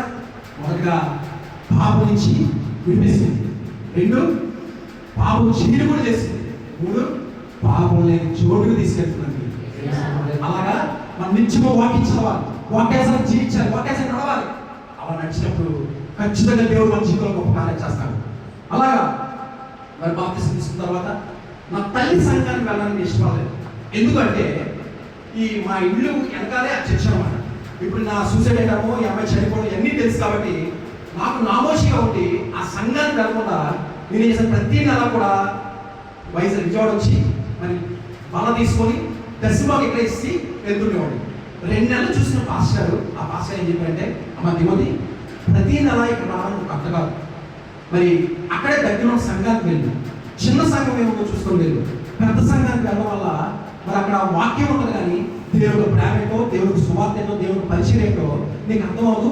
చిన్న సంఘం ఏమో చూసి ఆ చిన్న సంఘానికి వెళ్ళమ్మా, అక్కడ దేవుడు ప్రేమ ఏంటో, దేవుడికి సువార్త ఏంటో, దేవుడికి పరిచయం ఏంటో అక్కడ అర్థమవుతుంది. అలా చిన్న సంఘం వెళ్ళమ్మా అని చెప్పారు. ఈరోజు చిన్న సంఘం సేవకుడు పేరు చెప్పుకోవడానికి మనకు అవకాశం. పెద్ద కటౌట్లు యూట్యూబ్లోని ఎలాగా మరి బ్యానర్లోని కనబడే ఆ సంఘం కాబట్టి, లేకపోతే ఆ యొక్క పాస్టర్ పేరు చెప్పుకోవడానికి ఇష్టపడతాం. కానీ నీకోసం నిత్యము కన్నీరు కాచి నీకోసం ప్రార్థించే నీ సేవ కోసం పేరు చెప్పుకోవడం మాత్రం మనకు ఇష్టపడమండి. చిన్న సంఘం ఏముంటుంది సార్? ఉంటుందండి. పేరు పెట్టి పిలిచి అమ్మా పాట పాడు, అమ్మా బైబిల్ చదువు, అమ్మా ఆ పచ్చి ఈ పచ్చి చెప్పేది ఎక్కడ తెలుసా? ఈ చిన్న సంఘంలో సేవకులే. నీ ఒంట్లో పోకపోతే వెంటనే ఇంటికి వచ్చి అమ్మా బాగుందా, అమ్మా బాగలేదా, ఎలా ఉన్నారు, ఏంటి పరిస్థితి అడుగుతారమ్మా. ఈ సేవలు అడుగుతారా? ఇదే విశ్వాసి అయ్యారు. మరి 6 నెలలకు ఒకసారి ఒక సాక్ష్యం తీసుకొస్తానంటారు కదా, సంవత్సరం ఒకసారి ఒక సాక్ష్యం తెలుస్తున్నారు కదా. మరి వాళ్ళకి వచ్చేవారికి భోజనం పెట్టాలి, అది పెట్టాలి, ఇది పెట్టాలి. మరి మీ దగ్గర ఉన్నాయా లేదా అని అడిగే విశ్వాసం ఎవరు ఉన్నారండి? లేదండి. అలా అడిగిన రోజున నువ్వు ఇవ్వకపోయినా పర్లేదు, వారికి అయ్యో నా సంఘం నా విశ్వాసి అని విషయాన్ని పనవచ్చి ఇంకోసం కన్నీరు కంచి ప్రార్థిస్తాడండి. కానీ మనం ఏం చేస్తామంటే ఆ కటౌట్లోని యూట్యూబ్లో సేవల పేరు చెప్పుకోవడానికి ఇష్టపడుతున్నాం, కానీ నీకోసం నుంచి ఒక కన్నీరు కంచి ప్రార్థించే సేవల పేరు చెప్పుకోవడం మనం నమ్మసి ఆలోచించేయండి. పరిశుద్ధాత్మ దేవుడు ఒక మాట పేరు పెట్టి పిలిచి సరిదిద్దుకోమని చెప్పేసి నీకు పేరు పెట్టి పిలిస్తే ఆ మాట చేదుకోమని చెప్పేసి పక్కకి వెళ్ళిపోయే విశ్వాసం చాలా మంది ఉన్నారండి. నిరమలగా తినగా తినగా తీపి ఏమవుతుంది? చేదు అవుతుందా? తినగా తినగా తీపి షుగర్ వస్తుంది. తినగా తినగా వ్యాప చేదు అవుతుంది, తీయ అవుతుంది. వ్యాప తీయవుతుంది, తీపేమో షుగర్ వస్తుంది. అలాగా మాట తీయగా ఉందని అక్కడికి వెళ్ళిపోయావా? మత్తయి సువార్త 24:24 ఒకసారి చదవండి. మత్తయి సువార్త 24 వచ్చిన అబద్ధపు క్రీస్తులను వచ్చి సాధ్యమైతే ఏర్పరచబడి వారిని సమితము. ఎవరు ఏర్పరచబడినారు? మనమే. ఆ మాట తీయగా ఉందని అక్కడికి వెళ్ళావా? నీ ఆత్మస్థితి కోల్పోతావు. ఈ మాట చేదుకుందని నువ్వు సరిదిసుకున్నావా? నీ జీవితం బాగుపడుతుంది. కాబట్టి పేరు పెట్టి పిలిచి ఈ సేవకుడు నీతో మాట్లాడినప్పుడు, వాక్యంతో నీతో మాట్లాడినప్పుడు సరి చేసుకో. అలా సరి చేసుకున్నాను నేనండి. లేకపోతే వినేవాళ్ళండి ఎందుకు పనికిరాడండి? నాకేమీ లేదు. 2 సంవత్సరాలు పరిశుద్ధాత్మ క్రీస్తు సాక్ష్యం కాబట్టి కారణం తెలుసా? నన్ను నేను మార్చుకున్నాను. అలా మార్చుకున్న రోజున ఖచ్చితంగా దేవుడు ప్రతి ఒక్కరిని వాడుకోండి. అలా నీ చిన్న సమయ సేవ కోసం పేరు పెట్టి నా కోసం ఎవరైనా అడిగినప్పుడు నా కోసం ఇచ్చి కన్నీరు తెచ్చి ప్రార్థించిన సేవకుడు గర్వంగా చెప్పుకో. ఇంట్లో ఫంక్షన్ అయింది అనుకోండి, ఈ ఫంక్షన్ అయిన రోజు నుంచి ఆ చివరి వరకు కూడా, ఆ ఫంక్షన్ అయ్యేంత వరకు కూడా అక్కడే ఉండి ప్రార్థించి సంతోషంగా ఆనందించడం తెలుసా? నీ చిన్న సంఘం సేవకుడే. ఒక నెల 25,000 మనం సంపాదించావు. మనకి ఒక 25,000 ఒక నెల 20,000 ఎక్స్ట్రా అప్పు వేయమనుకున్నాను. అప్పుగానే మన మొక్కలు మాడిపోయి మసాలా దోశలు మారిపోతాయా? ఏమి కాబట్టి మనం ఇచ్చే ఆదివారం పూట 5 రూపాయలు లేదా 10 రూపాయలు 50 రూపాయలు ఇచ్చే కానుక కరెంట్ బిల్లుకే రావు కదా. ఆయన మొక్కలో ఏ రోజైనా టెక్స్ట్ చూపిస్తారా? ఎందుకని? క్రీస్తు ప్రేమ పొగడింది కాబట్టి, ఆత్మ కోసం బ్రతకాలని కోరుకుంటాం కాబట్టి. గోడంతో కట్టే మందిని కాదని దేవుడు కోరుకుంటుంది, ఆత్మతో కట్టే మందిని దేవుడు కోరుకుంటాడు. ఈరోజు నుంచి ఎంతో కన్నీరు కాల్చిపోతే, ఎంత ప్రార్థించిపోతే, ఎంత మోకరించిపోతే ఈరోజు ఎంతమంది రక్షించబడతారు? ఈరోజు అని ప్రార్థిస్తారు. ఆత్మ కట్టే బాధ్యత మనం తీసుకున్నాం. మన క్రియ లేని విశ్వాసం మొత్తము మన క్రియ ద్వారా చూపిద్దాం. మన గ్రామానికి మన క్రియ ద్వారా. అదే సాక్ష్యం అంటే ఇల్లు ఇస్తేనో, డబ్బు ఇస్తేనో, కారు ఇస్తేనో కాదని సాక్ష్యం. నీ పాపం జీవితం ఏంటి, ఇప్పుడు నీ జీవితం ఏంటి, ఇది సాక్ష్యం. కాబట్టి ఆశీర్వాదం ఆశీర్వాదం ఆశీర్వాదం ఆశీర్వాదం చెప్తే సార్ డబ్బు ఇల్లు కాదండి. నేను అలాగే అనుకున్నాను, డబ్బు ఇల్లు అనుకున్నాను కాదు. కానీ నాకు వాక్యం కరెక్ట్గా అర్థమైన తర్వాత మరి ఆదాము అవ్వ దేవుడు మాట కనుకున్న దేవుడికి మనకి ఉన్న సంబంధాన్ని తెగిపోయినప్పుడు మరి కుమారుడు యేసుక్రీస్తు వారి లోకానికి వచ్చి వారధిగా నిలబడి తెగిపోయిన సంబంధాన్ని మళ్ళీ కలపడానికి వచ్చే చూడండి, ఇది ఆశీర్వాదం.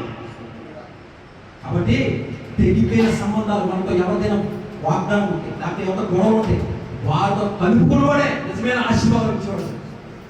తెగిపోయిన సంబంధాలు కలుపుకోవాలి. ఆయన శత్రువైనా సరే వారితో ఎలా ఉండాలంటే మిత్రత్వం కలిగి వారి కోసం క్షేమం కోసం ప్రార్థించినప్పుడు దేవుడు సంతోషిస్తాడు. ఆయన లోకానికి వచ్చినందుకు ప్రయోజనం ఉంటుంది. అలా మన జీవితాలు మార్చుకోవడం, అలా మారితే దేవుడు మన జీవితం మార్చాడు. అలాగా ఒక ఫ్రెండ్ మరి స్టీల్ ప్లాంట్లో ఒక ఉన్నత ఉద్యోగం చేస్తూ స్వస్థవరం అని చెప్పేసి ఒక ఫ్రెండ్ చెప్పినప్పుడు నేను ఆ సంఘానికి వెళ్ళడం జరిగింది. ఆ సంఘానికి వెళ్ళిన తర్వాత నాకు ఒక అమ్మాయితో మ్యారేజ్ సెట్ అయింది. పెళ్లి కార్డు పంచుకున్నాం. అలాగే అడ్వాన్స్ అందరికీ ఇస్తున్నాం. అందరికీ ఇస్తున్న తర్వాత పెళ్ళి మరి 4 రోజులుగా మా చుట్టాలు విజయవాడ నుంచి మా అన్నయ్య వాళ్ళు అందరూ కూడా మా ఇంటికి వస్తాయి. వచ్చిన తర్వాత కరెక్ట్గా పెళ్లి 4 రోజులుగా అమ్మాయి వెళ్ళిపోయినా. ఎందుకు వెళ్ళిపోయిందో తెలియదు. ఇప్పుడు ఎవరైనా ప్రేమించిందా? ప్రేమించలేదు. ఏంటి పరిస్థితి, ఏంటి బాధ అని ఏడుస్తుంటే, మొన్నేమో నా తండ్రి చనిపోయింది, ఎవరో వచ్చి ఆదుకున్నాడు, ఒకటో చచ్చిపోయింది, ఇన్ని బాధలు పడుతుంది, ఏంటి సమస్య అని చెప్పేసి ఏడుస్తుంటే మా ఫ్రెండ్ వచ్చాడండి. శివ, నీ జాతకం పోవాలంటే ఉంది, మరి కాజువాడు ఒక సిద్ధాంతం ఉన్నాడు, మరి జాతకం నీ జాతకం చూపిస్తాను పక్కన అన్నాడు. సరే వెళ్ళిన తర్వాత ఆ యొక్క సిద్ధాంతం ఆ యొక్క జాతకం అంతా చూశాడు. చూసిన తర్వాత చెప్పిన మాట అంటే, బాబు నీకు పెళ్లి దోషం ఉంది, ఈ పెళ్లి దోషం పోవాలంటే 12 మంది బంధువులతో 41 రోజు ఉపవాసం ఉంది, పూజలు చేసి నోముల్లోంచి చివరి రోజున ఒక అరటి చెట్టుతో పెళ్లి చేయాలి, ఆ అరటి చెట్టుతో పెళ్లి చేసిన తర్వాత ఈ దోషం పోదు, అప్పుడు నీ పెళ్ళి అవుతుంది బాబు అన్నాడు. ఇవన్నీ విన్నప్పుడు దేవుడు గుర్తురాలేదండి. ఎప్పుడు దేవుడితో చెప్పారు సార్ ఎన్ని కాదు సార్, ఎంత అవుతాయి సార్ అన్నాడు. 50,000 అవుతాయి. ఇప్పుడు దేవుడు గుర్తించాడు. ఎందుకు? అయితే డబ్బులు ఇచ్చి చేయించుకోవాలి, లేకపోతే ఏదో కారణం నుంచి బయటకు వచ్చేయాలి. ఇప్పుడు నా దగ్గర డబ్బులు లేవు, మన కారణం ఏంటి? దేవుడు. మరి అంతేకాదు, ప్రతి ఒక్కరు అలాగే వాడుకుంటారు దేవుడిని. అలాగా సార్ నీకు దేవుడు అనుకున్నాను సార్, వెంటనే అన్న మాట కదా సార్, చెప్పబోయి కాదండి ఒక మాట చెప్పండి. బాబు మేము ఏం చెప్పినా నువ్వు బయటకు పోవాలి. కాదండి ఒక మాట చెప్పండి, మీ పాస్టర్ ఏం చెప్తే అది వినో బయటకు పోవాలి. బయటకు వస్తారు. జాతకమే నిజమేది. నేను ఎవరిని విమర్శించట్లేదు, ఎవరిని దోషం చేయట్లేదు, నా జీవితంలో జరిగింది, నేను అనుభవించింది నేను చెప్తున్నాను. జాతకమే నిజమేది. మనం హాస్పిటల్కి వెళ్తాం, ఒంట్లో పోలేదండి, 3 రోజులు ట్యాబ్లెట్ రాసిస్తాడు, తగ్గలేదనుకో అప్పుడు టెస్ట్ రాసిస్తాడు. టెస్ట్ రాయించిన తర్వాత మరి డాక్టర్ రిపోర్ట్ చూసి, అమ్మా బాబు నీకు ప్రాబ్లం ఉంది అంటాడు. అనగానే మన ఎండోర్ఫిన్ మన ఒంట్లో ఎంత బాగుంటే, నా ఒంట్లో రోగం లేకపోయినా ఈ రోగం ఉందంటాడు అని చెప్పేసి, డాక్టర్ కాదని చెప్పేసి మన సెకండ్ ఒపీనియన్ కదా. సేమ్ ఏ టెస్ట్ చేయించాడో, ఏం చేశాడో సేమ్ అదే ప్రాసెస్ ఆయన చేసి ఆయన టెస్ట్ రాసిస్తాడు. ఇక్కడ ఏ రోగం వచ్చిందో ఇక్కడ అదే రోగం వస్తుంది. ఎందుకని?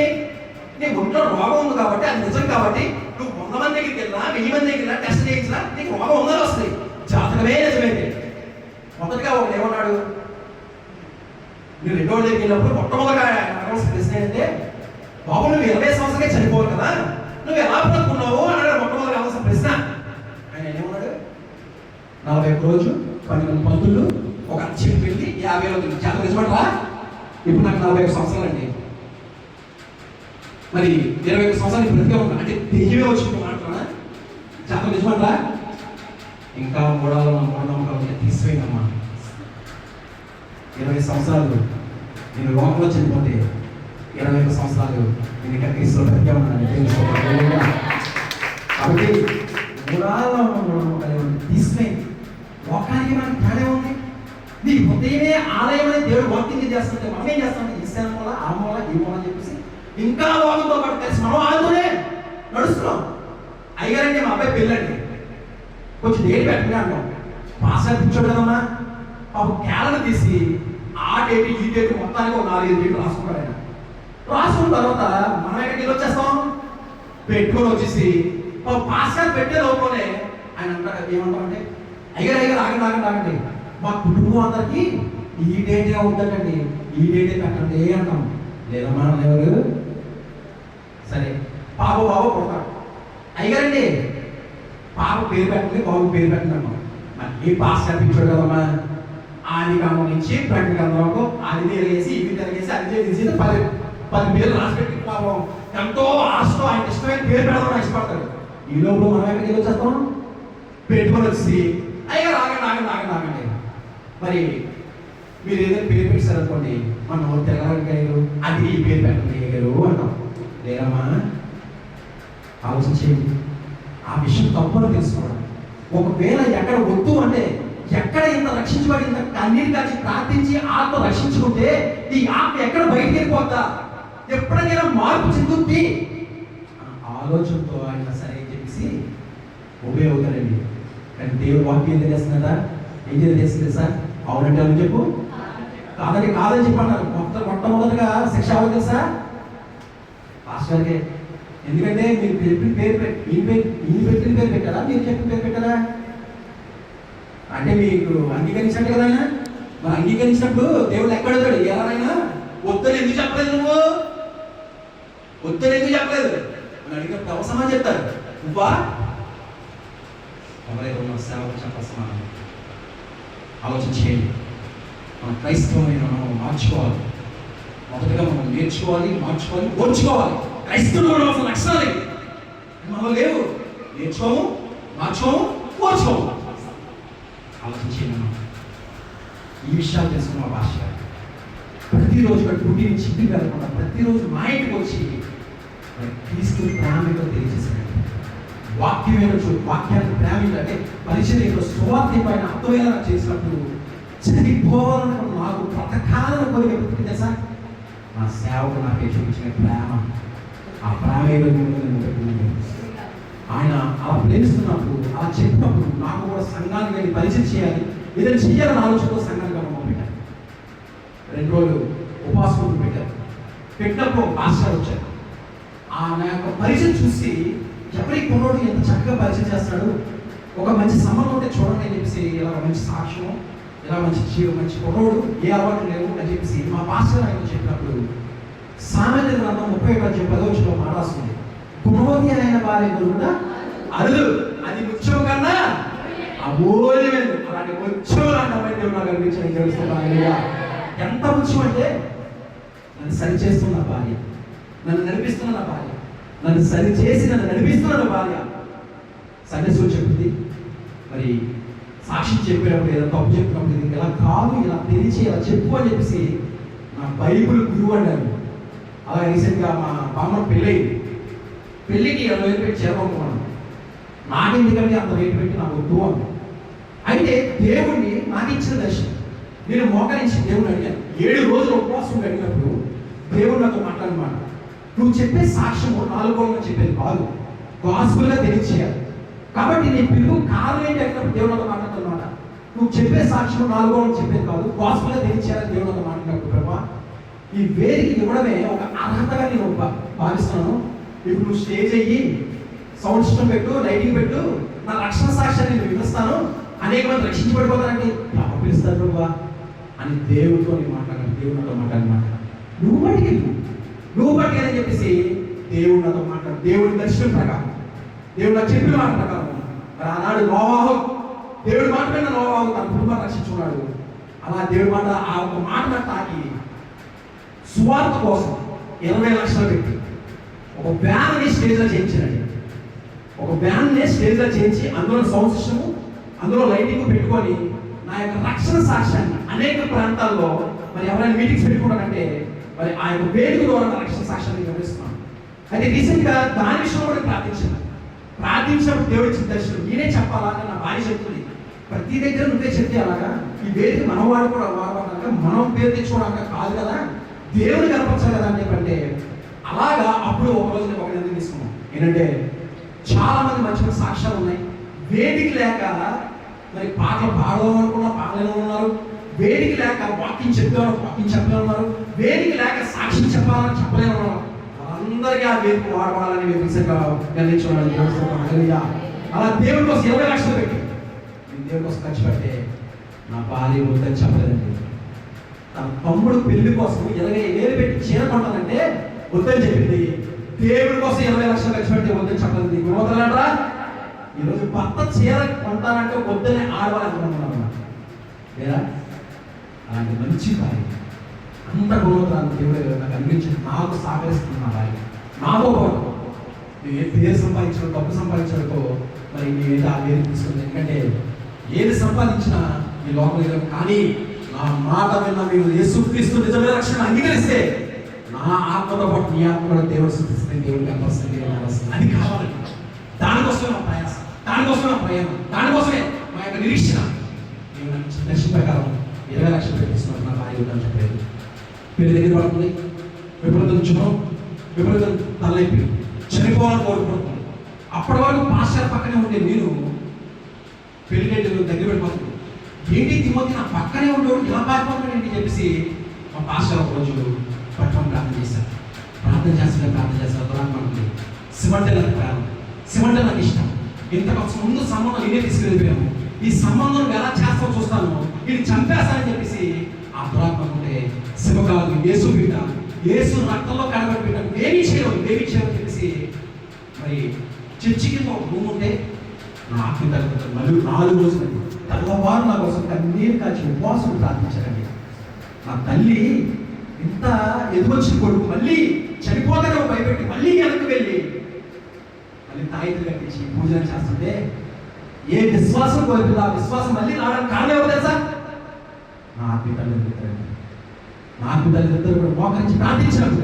ఆ ప్రార్థన దురాత్మ ఉంది, నేను కాలిపోతాను, నేను చనిపోతాను, నేను వెళ్ళిపోతాను. నువ్వు ఆల్రెడీ చనిపోయావు, వెళ్ళిపోవడం సూచన ఏంటంటే పక్కన నాకు అర్థం బళ్ళు పడుకోండి. ఆ దురాత్మ వచ్చి బయటికి వెళ్ళింది. నేను ప్రేమించిన అమ్మాయి నన్ను చంపడం చూస్తుంది. నన్ను ప్రేమించిన నా దేవుడు నేను ముందు సత్యమే నిలబెట్టాడు. దేవుడు స్తోత్రం. పెళ్లి అంగరంగ వైభవం జరిగింది. మరి 40 days ఫాస్టింగ్ డేస్. నా తల్లి 2 విషయాలు రాస్తుంది. ఒకటి, మా ఆఫీస్ కోర్టు మాకు వచ్చేది. 2, 50 గజాల స్థలం ప్రభా, 3 అంతస్తులు బిల్డింగ్ కట్టి 4 అంతస్తులు మీ మందిరం ఇస్తాను ప్రభా అని చెప్పేసి రాసుకుంది. నేను మొట్టమొదటి విషయం చూసుకొని నవ్వుకున్నాను. ఏంటి నా తల్లికి పిచ్చా? 3 లక్షలు పెట్టుబడి పెట్టాడు, మన ఆఫీస్ కోర్టు మనకేం తీస్తాడు, మా అమ్మకే పిచ్చా అని నవ్వుకున్నాను. కానీ మనుషుడికి సాధ్యం కాదు, కానీ దేవుడికి అసాధ్యం ఏది లేదండి. దేవుడి స్తోత్రం. అలా ఒక చిన్న మొదలు పెట్టి ఏంటంటే ఆ బాంబర్ది నాకు వచ్చే డబ్బులు కూడా ఆయన వాడేస్తున్నాడు. ఆ విషయాన్ని నేను తెలియజేస్తాను. సార్ నా డబ్బులన్నీ వాడేస్తాను సార్ అంటే, ఏం చేస్తాడమ్మా? బ్యాంక్ ఆడుతున్నాను సార్. అలా కదమ్మా, అక్కన అమ్మాలంటే రెడ్ హ్యాండ్గా పట్టుకోవాలి, ఆడ ఆడుతున్నప్పుడు పట్టుకోమని చెప్పినప్పుడు ఆఫీస్లో గుమస్తా మరి 4 సార్లు 4-5 సార్లు మాకు చెప్పినప్పుడు ఆడ ఆడుతున్నా పట్టుకున్నాం. రెడ్ హ్యాండ్గా పట్టుకున్నప్పుడు వాళ్ళ అక్కకి ఆలోచన వచ్చిందంటే, ఇంట్లో విడిచిపెట్టి బయట ఎవరు ప్రేమిస్తున్నాడు, ఆఫీస్లో ఉన్న విషయాలు ఎవరు తెలియజేస్తున్నారు? గుమస్తా. ఈ గుమస్తాను మార్పించి అన్నారు. నేనన్నాను, మరి 15 సంవత్సరాల నుంచి పనిచేస్తాడు నమ్మకంగా, ఎలా మార్పించేద్దాం సార్? ఏదో కారణం చూపి మార్పించేద్దాం సార్ ఒక్క మాట అన్నాను. ఆ ఒక్క మాటకి ఆయన ఇంటికి రమ్మని చెప్పి 3 వ్యక్తులు కలిసి నన్ను రూమ్లో పెట్టి కొట్టి చంపలేదు. నా కాలు పట్టుకొని రూమ్లో తీసుకెళ్ళి నా పేపై కాలేజీలో కడుపులో కొట్టి పేపై కొట్టి అలా కొడుతుంటే ఎందుకు కొడతానండి? నా బ్రతుకుతాను అంటే నా మాట ఏది సమానం చెప్తాను, నేను చంపేస్తాను, ఆటలో తొక్కేస్తానని చెప్పేసి ఆయన అలుస్తుంటే మా కరుణా గారికి ఫోన్ చేసి ఆఫ్ చేసేసి వదిలేశాను. ఆయన అంటున్నాడు, నేను తొక్కేస్తాను, నేను చంపేస్తాను అనుకుంటే ఆ ఫోన్ కట్ చేసి మళ్ళీ మా చెత్తవాడికి ఫోన్ చేశాను. ఫోన్ ఆన్ చేసి వదిలేదు కానీ మరి అలా ఎక్కువ నన్ను చంపేస్తాను అని చెప్పాను. కానీ వెంటనే వాడు తిరిగి మరి వాళ్ళ దగ్గరికి వచ్చి కొట్టగల శక్తులు కూడా కొట్టలేదండి. ఎందుకంటే తను తగ్గించుకున్నాడు, హెచ్చించబడతాడని దేవుడు వాక్యం తెలుస్తాను. అలా తగ్గించుకున్నాను, నేను హెచ్చించబడ్డాను. దేవుడు స్తోత్రం. అలాగా ఆవిడ కొడుతుండగానే పోలీస్ స్టేషన్కి కేసు పెట్టాను. కేసు పెట్టగానే ఎవరి మీద అయితే మనం ఫస్ట్ కేసు పెట్టామో వాళ్ళని తీసుకెళ్ళి లోపలేయాలి. కానీ పోలీసులు నన్ను తీసుకెళ్ళి లోపలేస్తారు. ఏంటి అంటే వాళ్ళకి డబ్బు ఉంది, అధికారం ఉన్నారు, అలాగే రాజకీయంగా అందరూ తెలుసు కాబట్టి 25,000 ఖర్చు పెట్టి నన్ను వేస్తారండి. నేను మోకాలేసి, ఏసయ్యా, తండ్రి లేనోడికి తండ్రి లేని ఉన్నారు, దిక్కు లేనోడికి దిక్కేమో ఉన్నారు. ఏంటి ప్రభా ఈ సమస్యలు? ఒకటేమో వెళ్ళిపోయింది, ఒకటేమో చచ్చిపోయింది, ఇప్పుడేమో ఈయన దేవుడి కన్నా ఎక్కువ చూసుకున్న ఆయన మీద నన్ను కొట్టి చంపిలో వాకట్లో పెట్టాడు. ఏంటి ప్రభా అని చెప్పేసి కన్నీరు కాస్తే నా కన్నీరుకి కనికరించి దేవుడు నా మొట్టమొదటి విషయం నా తల్లి ఏదైతే రాసుకుందో మరి మా ఆఫీస్ కూడా దేవుడు మాకు అనుగ్రహించాడండి. దేవుడి స్తోత్రం. ఇచ్చిన తర్వాత మరి దేవుడు ఎంతలాగా ఆశించాడంటే దినదినము నా ఇద్దరు తమ్ముడు పెళ్లి చేశా. నాకు 2 కుమారులు, నా పెద్ద తమ్ముడికి 2 కుమారులు, మరి నా చిన్న తమ్ముడికి ఒక పాప, ఒక బాబు. నా తల్లి రెండో విషయం ఏదైతే రాసుకుందో 50 గజాల స్థలం అడిగితే దేవుడు నాకు 300 గజాల స్థలం ఇచ్చాడు. దేవుడి స్తోత్రం. ఆ 300 గజాల్లో 150 గజాల్లో మరి హౌస్ కట్టి 300 బిల్డింగ్ కట్టి పై 4 అంతస్తులు దేవుడు మందిరికి ఇచ్చాం. పక్కన 150 గజాల్లో గార్డెన్ కట్టించుకొని ప్రతి బుధవారం స్వస్థశాల అని ప్రతి బుధవారం కూడా అక్కడ ఆరాధన జరుగుతున్నాయి. ఇన్ని చేసిన దేవుడు ఏం చేయాలి, ఏం చేస్తే ఆయన రుణం తీర్చుకోగలను అని అనుకున్న క్షణంలో నేను కారు కొనుక్కొని నేను ఒక కంపెనీ తీసుకున్నాను. నా సేవకు ఎంత దూరం వెళ్ళినా సరే నా సొంత ఖర్చులతో మరి ఆయన్ని ఒక షాపింగ్కి వెళ్ళినా, ఒక ఫంక్షన్కి వెళ్ళినా, ఒక మీటింగ్కి వెళ్ళినా, ఎక్కడికి వెళ్ళినా సరే నా సొంత ఖర్చుతో ఆయన తీసుకెళ్ళాలని నిర్ణయించుకోనండి. నేను డ్రైవింగ్ సీట్లో కూర్చొని ఆయన నా పక్క సీట్లో కూర్చోబెట్టుకొని వెళ్తుంటే దేవుడి చెప్పి అంతే సార్. అనేక మంది సేవకులు మంచి నన్ను కూర్చోబెట్టారు. అనేక సేవకులు నిలబడి మాట్లాడుతూ ఈ యొక్క కలిపిక నిలబడి మాట్లాడుతూ కారణం సార్ నా నమ్మకత్వం పరిచయం చూస్తుంది. మనం పరిచయం చేసేటప్పుడు నమ్మకత్వంగా పరిచయం చేయాలి. ఇది నా పని, ఇది నా మందిరము, ఇది నా ఆలయము అని చెప్పేసి నమ్మకత్వంగా మనం పనిచేయాలి. అంతేగాని పాస్టర్ గారు ఏదో చెప్తారనో, పాస్టర్ గారు మెప్పు కోసమో, పాస్టర్ గారు ఏదో మనం కనపరుస్తారనో మనం పరిచయం చేయకూడదండి. పాస్టర్ గారు చెప్పేది చేసేదని పని అంటారు, చెప్పకుండా చేసేదనే పరిచర్య అంటారు. కాబట్టి మనం చేసేటప్పుడు నమ్మకత్వంగా మనం పనిచేసినప్పుడు దేవుడు ఆ నమ్మకత్వాన్ని బట్టి కూడా దేవుడు మనల్ని దీవిస్తాడు. అలా ఇది చేసి దేవుడు ఏం చేయాలన్నప్పుడు 2020 జనవరి 2 మొట్టమొదటిగా మా పాస్టర్ గారు ఒక మీటింగ్కి ఆయన్ని వాక్యాన్ని పిలిచారు. అయితే ఒక సాక్ష్యం ఉంది, నేను తీసుకొస్తానని చెప్పేసి నన్ను కూడా తీసుకెళ్ళి మొట్టమొదటిగా జనవరి 2 ఆ వైజాగ్ ప్రాంతంలో నేను మొట్టమొదటిగా సాక్ష్యం చెప్పాను. అప్పుడు దేవుడు నాతో మాట్లాడాడు, అది నాయన నా కోసం రాదా, నా కోసం బ్రతకడా అంటే, ప్రభా లగ్జరీ లైఫ్ ఇచ్చావు, చక్కటి ఇల్లు ఇచ్చావు, కారు ఇచ్చావు, కుటుంబాన్ని ఇచ్చావు, ఇది చాలు ప్రభా అనుకున్నాను. కానీ 2022 మరొకసారి మా పాస్టర్ని వాక్యాన్ని సాక్ష్యానికి ఇచ్చినప్పుడు, నన్ను సాక్ష్యానికి ఇచ్చినప్పుడు అప్పుడు కూడా దేవుడు నాతో మాట్లాడతాడు, మరి రారాయన అంటే, బాబు నేను బాను బాబా, నీ జీవితం బాగుంది. ఇప్పుడు కానీ నేను బయట పట్టుకున్నాను అనుకో, నీ మరి సినిమాకి వెళ్ళడం, టికెట్ ఆడడం, కన్సల్ తిరగడం ఎందుకు బాబు, నాకు బాధ, నాకు ఇదే బాగుంది సేవలు పరిస్థితి చేసుకున్నా చాలు అంటున్నాను. 2024 సంవత్సరం మరి ఒక ప్రత్యేకమైన సంవత్సరం ఉంది. ఏంటంటే నా జీవితాన్ని ప్రవేశించిన సంవత్సరాన్ని దేవుడు స్తోత్రాలు. 2024 ఫిబ్రవరి 4, 5 తారీఖున మా అత్తగారి ఇంటికాడ సువార్త మీటింగ్స్ పెట్టాం. 2 లక్షలు ఖర్చు పెట్టాను నా సొంత డబ్బులతో. మా సంఘం అంతా కలిసి అక్కడికి వెళ్ళి సువార్త మీటింగ్స్ పెట్టినప్పుడు మరి నేను 2 దినాలు కూడా పార్ట్ 1, పార్ట్ 2 అని సాక్ష్యం చెప్పాను. సాక్ష్యం చెప్పినప్పుడు 10 మంది కుర్రలు వచ్చి, అన్నా నీ సాక్ష్యంలో బలపడ్డానన్నా, నీ సాక్ష్యంలో బాధపడిపోతానా, నీ సాక్ష్యంలో నడుస్తాను, మరి సంఘానికి వెళ్తానని చెప్పినప్పుడు డబ్బు సంపాదిస్తున్నప్పుడు కానీ, ఫ్రెండ్స్తో తిరిగినప్పుడు కానీ, సినిమాలు చూసినప్పుడు కానీ సంతోషము ఆ ఒక్క వ్యక్తి చెప్పినప్పుడు నా హృదయాన్ని తాకిందండి. ఆ రోజు నిర్ణయించుకున్నాను, ఇంతవరకు నా కుటుంబ సభ్యులను ఇక మీద నా దేవాదేవుడు బ్రతకాలను నిర్ణయించాను. అనేక చోట్ల, అనేక ప్రాంతాల్లో క్రీస్తు సాక్ష్య పరిశుద్ధాత్మ తన వాక్కు ద్వారా వాడు గొప్ప ఏమన్నా కలిగించాడని తెలుస్తాను. అయితే ఇన్ని చేసి దేవుడు ఏం చెప్పండి, దేవుడు స్వప్నాలు అందుకే వచ్చినామా నా ఆత్మీయతని నాకు ఆయన కూడా ఎక్కడికి వెళ్ళినా సరే మరి కాలు తీస్తారు. అలాగే నా యొక్క రక్షణ సాక్ష్యం ఇప్పటికీ 170 చోట్ల.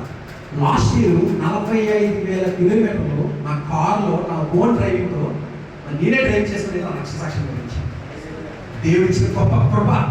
ఉచితంగా పోతే ఉచితంగా మన మాట ఉచితంగానే మరి ప్రాక్టీసినప్పుడు చాలా మంది ఫ్రెండ్స్ అన్నారు, ఏంటో ఉచితంగా వెళ్తున్నాను నీకు డబ్బు మరి ఎలాగా అని చెప్పంటే, అప్పుడు నేను మాట చెప్పాను, రే నువ్వు కంపెనీలో పనిచేస్తున్నావు అనుకో, నీకు జీతం ఎవరిస్తున్నాను ఆ యాజమాని అంటే దేవుడు సృష్టించిన మనిషే నీ కష్టానికి ప్రతిఫలంగా నీ జీతం నీకు ఇస్తున్నప్పుడు మరి దేవుడు పనినే చేస్తాను, నన్ను ఎందుకు ఉచితంగా అవుతాడు అని చెప్పాను. 1 కొరింథీయులకు రాసిన పత్రిక 9వ అధ్యాయం 16, 17, 18 వచ్చిన మాట వస్తుంది. సువార్త ప్రకటించకపోవడం వల్ల నాకు శ్రమ. 10వ వచనం చదవమా, సువార్త నేను ఇష్టపూర్వకంగా నేను ఇష్టపడి చేసి చాలు నాకు జీతము దొరుకును. ఏంటి, నేను ఇష్టపడి చేసి నాకు జీతము దొరుకును.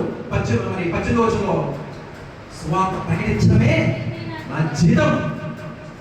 ప్రకటనలో 24 మాట రాస్తుంది, వారి పేరు చొప్పున వారి ప్రతిఫలాన్ని నా దగ్గర దాగి ఉంచాను.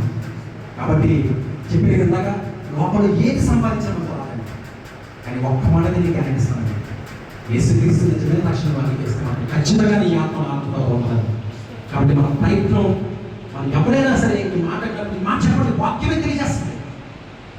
ఇన్ని చేసిన దేవుడికి ఏం చేయాలన్నప్పుడు ఆ రక్షణ సాక్ష్యాన్ని ప్రకటించడానికి మరి లోకస్వార్త 15:7 మాట వస్తుంది, 99 మంది నీతిమంతులు మారు మనసు పొందకపోయినా ఒక పాపి రక్షించబడ్డం అంటే పదవులు ఎంతో సంతోషం మాట. మరి ఎంతమంది బలపడ్డారా, ఎంతమంది ఇదయ్యారో నాకు తెలియదు, కానీ ఒక్కరు రక్షించబడితే అదే నాకు ₹1,00,000 అండి. కాబట్టి ఈ మాటలను మరి మన జీవితంలో సాక్షిగా మార్చుకొని, మన జీవితాలు మార్చుకొని ముందుగా మనస్ఫూర్తిగా కోరుకుంటాను. చివరగా ఒక కీడి వెనకాల మేడు. చాలా మంది కీడు గుర్తించుకున్నారు, మేలు మర్చిపోతారండి. నా చేతులు చేసిన కార్యం ఇప్పుడు ఎంతవరకు విన్నా కదా, ఏం చేశాడు దేవుడు నా జీవితంలో? మేలే చేశాడా? కానీ కీడు వెనకాల కీడేంటి చెప్పనా? అమ్మాయి చనిపోయిందని చెప్పాను కదా, అమ్మాయి చనిపోలేదండి, అమ్మాయిని చంపేశారు. వాళ్ళ తల్లిదండ్రుల్ని చీటీ డబ్బు కోసం వాళ్ళ తల్లిదండ్రులు చంపేశారు. ఈ అమ్మాయి పేరు మీద 20 లక్షల రూపాయలు ఫిక్స్డ్ డిపాజిట్, అలాగే 2 ఇల్లులు అమ్మాయి పేరు ఉన్నాయి. వాళ్ళ బావగారు అప్పులు పాలైపోయారు. అయితే ఇప్పుడు కానీ నాకు ఇచ్చి పెళ్లి చేస్తే నేను పెళ్లి కానీ చేసుకుంటే ఈ ఆస్తి ఈ డబ్బు అంతా నాకు చెందుతుందని అక్క, బావ, అమ్మ ముగ్గురు కలిసి అమ్మాయి చంపేశారు. ఒకవేళ నేను ఆ పెళ్లి చేసుకుంటే అయితే నేను చనిపోయేవాడిని, లేకపోతే అమ్మాయి చంపి నన్ను తీసుకెళ్ళి జైలు వేశారు. ఒక కీడు వెనకాల లేదు. అమ్మాయి వెళ్ళిపోయినాను కదా, అమ్మాయి ఏమైందంటే ఎయిడ్స్ వచ్చి చనిపోయింది. ఒకవేళ నేను పెళ్లి చేసుకుంటే నాకు ఎయిడ్స్ వచ్చేది, నేను చనిపోయేవాడిని. ఒక కీడు వెనకాల మేలు. అలాగే నా 3 లక్షలు అబ్బాయి ఎవరికి ఇచ్చారండి? దేవుడు. ఏ విధంగా? ఒక వ్యక్తి కావాలి కాబట్టి దేవుడికి సాయం చేసి చూడాలి. ఒక వ్యక్తి కావాలి, వ్యక్తిని నిలబెట్టుకొని దేవుడు నాకు 3 లక్షల రూపాయలు అప్పు ఇచ్చి ఒక కీడు కదా మేలు. చివరగా మా ఆఫీస్ కోర్టు నాకు నేను లాక్కున్నా, ఆయన ఆయన ఇచ్చాడా? ఎలా ఇచ్చాడు? అంటే ఈరోజు నా యొక్క రక్షణ సాక్ష్యం చెప్పాలంటే ఆయన ఎలా వంటి వెళ్ళాలి, వద్దంటే మానేయాలి. అదేమవుతుంది? బానిస బతుకవుతుంది. ఆ బానిసత్వం నుంచి దేవుడు నాకు విడిచి సొంతంగా వెళ్ళు, సొంతంగా ప్రకటించు, సొంతంగా జీవించి అని చెప్పేసి బానిసత్వం నుంచి దేవుడు నాకు విడిపించాడు. దేవుడు కీడు కదా మేలు. కాబట్టి ప్రతి జీవితంలో కూడా మనం విడిచిపెట్టవలసి ఉంటుంది. అది విడిచిపెట్టిన రోజున ఖచ్చితంగా మీ జీవితంలో కూడా మీరు కూడా ఒక సాక్ష్యం పడి ఇంకో సాక్ష్యం పెడతారు. ఈ అవకాశం ఇచ్చినందుకు మరొకసారి దేవుడికి, అలాగే అన్నగారికి, అలాగే సంఘ బిడ్డలకి, మీ అందరికీ కూడా ప్రత్యేకంగా ఆలోచించిన దేవుడు ఈ యొక్క చిన్న మాటలు దీవించిన కాక. ఆమేన్.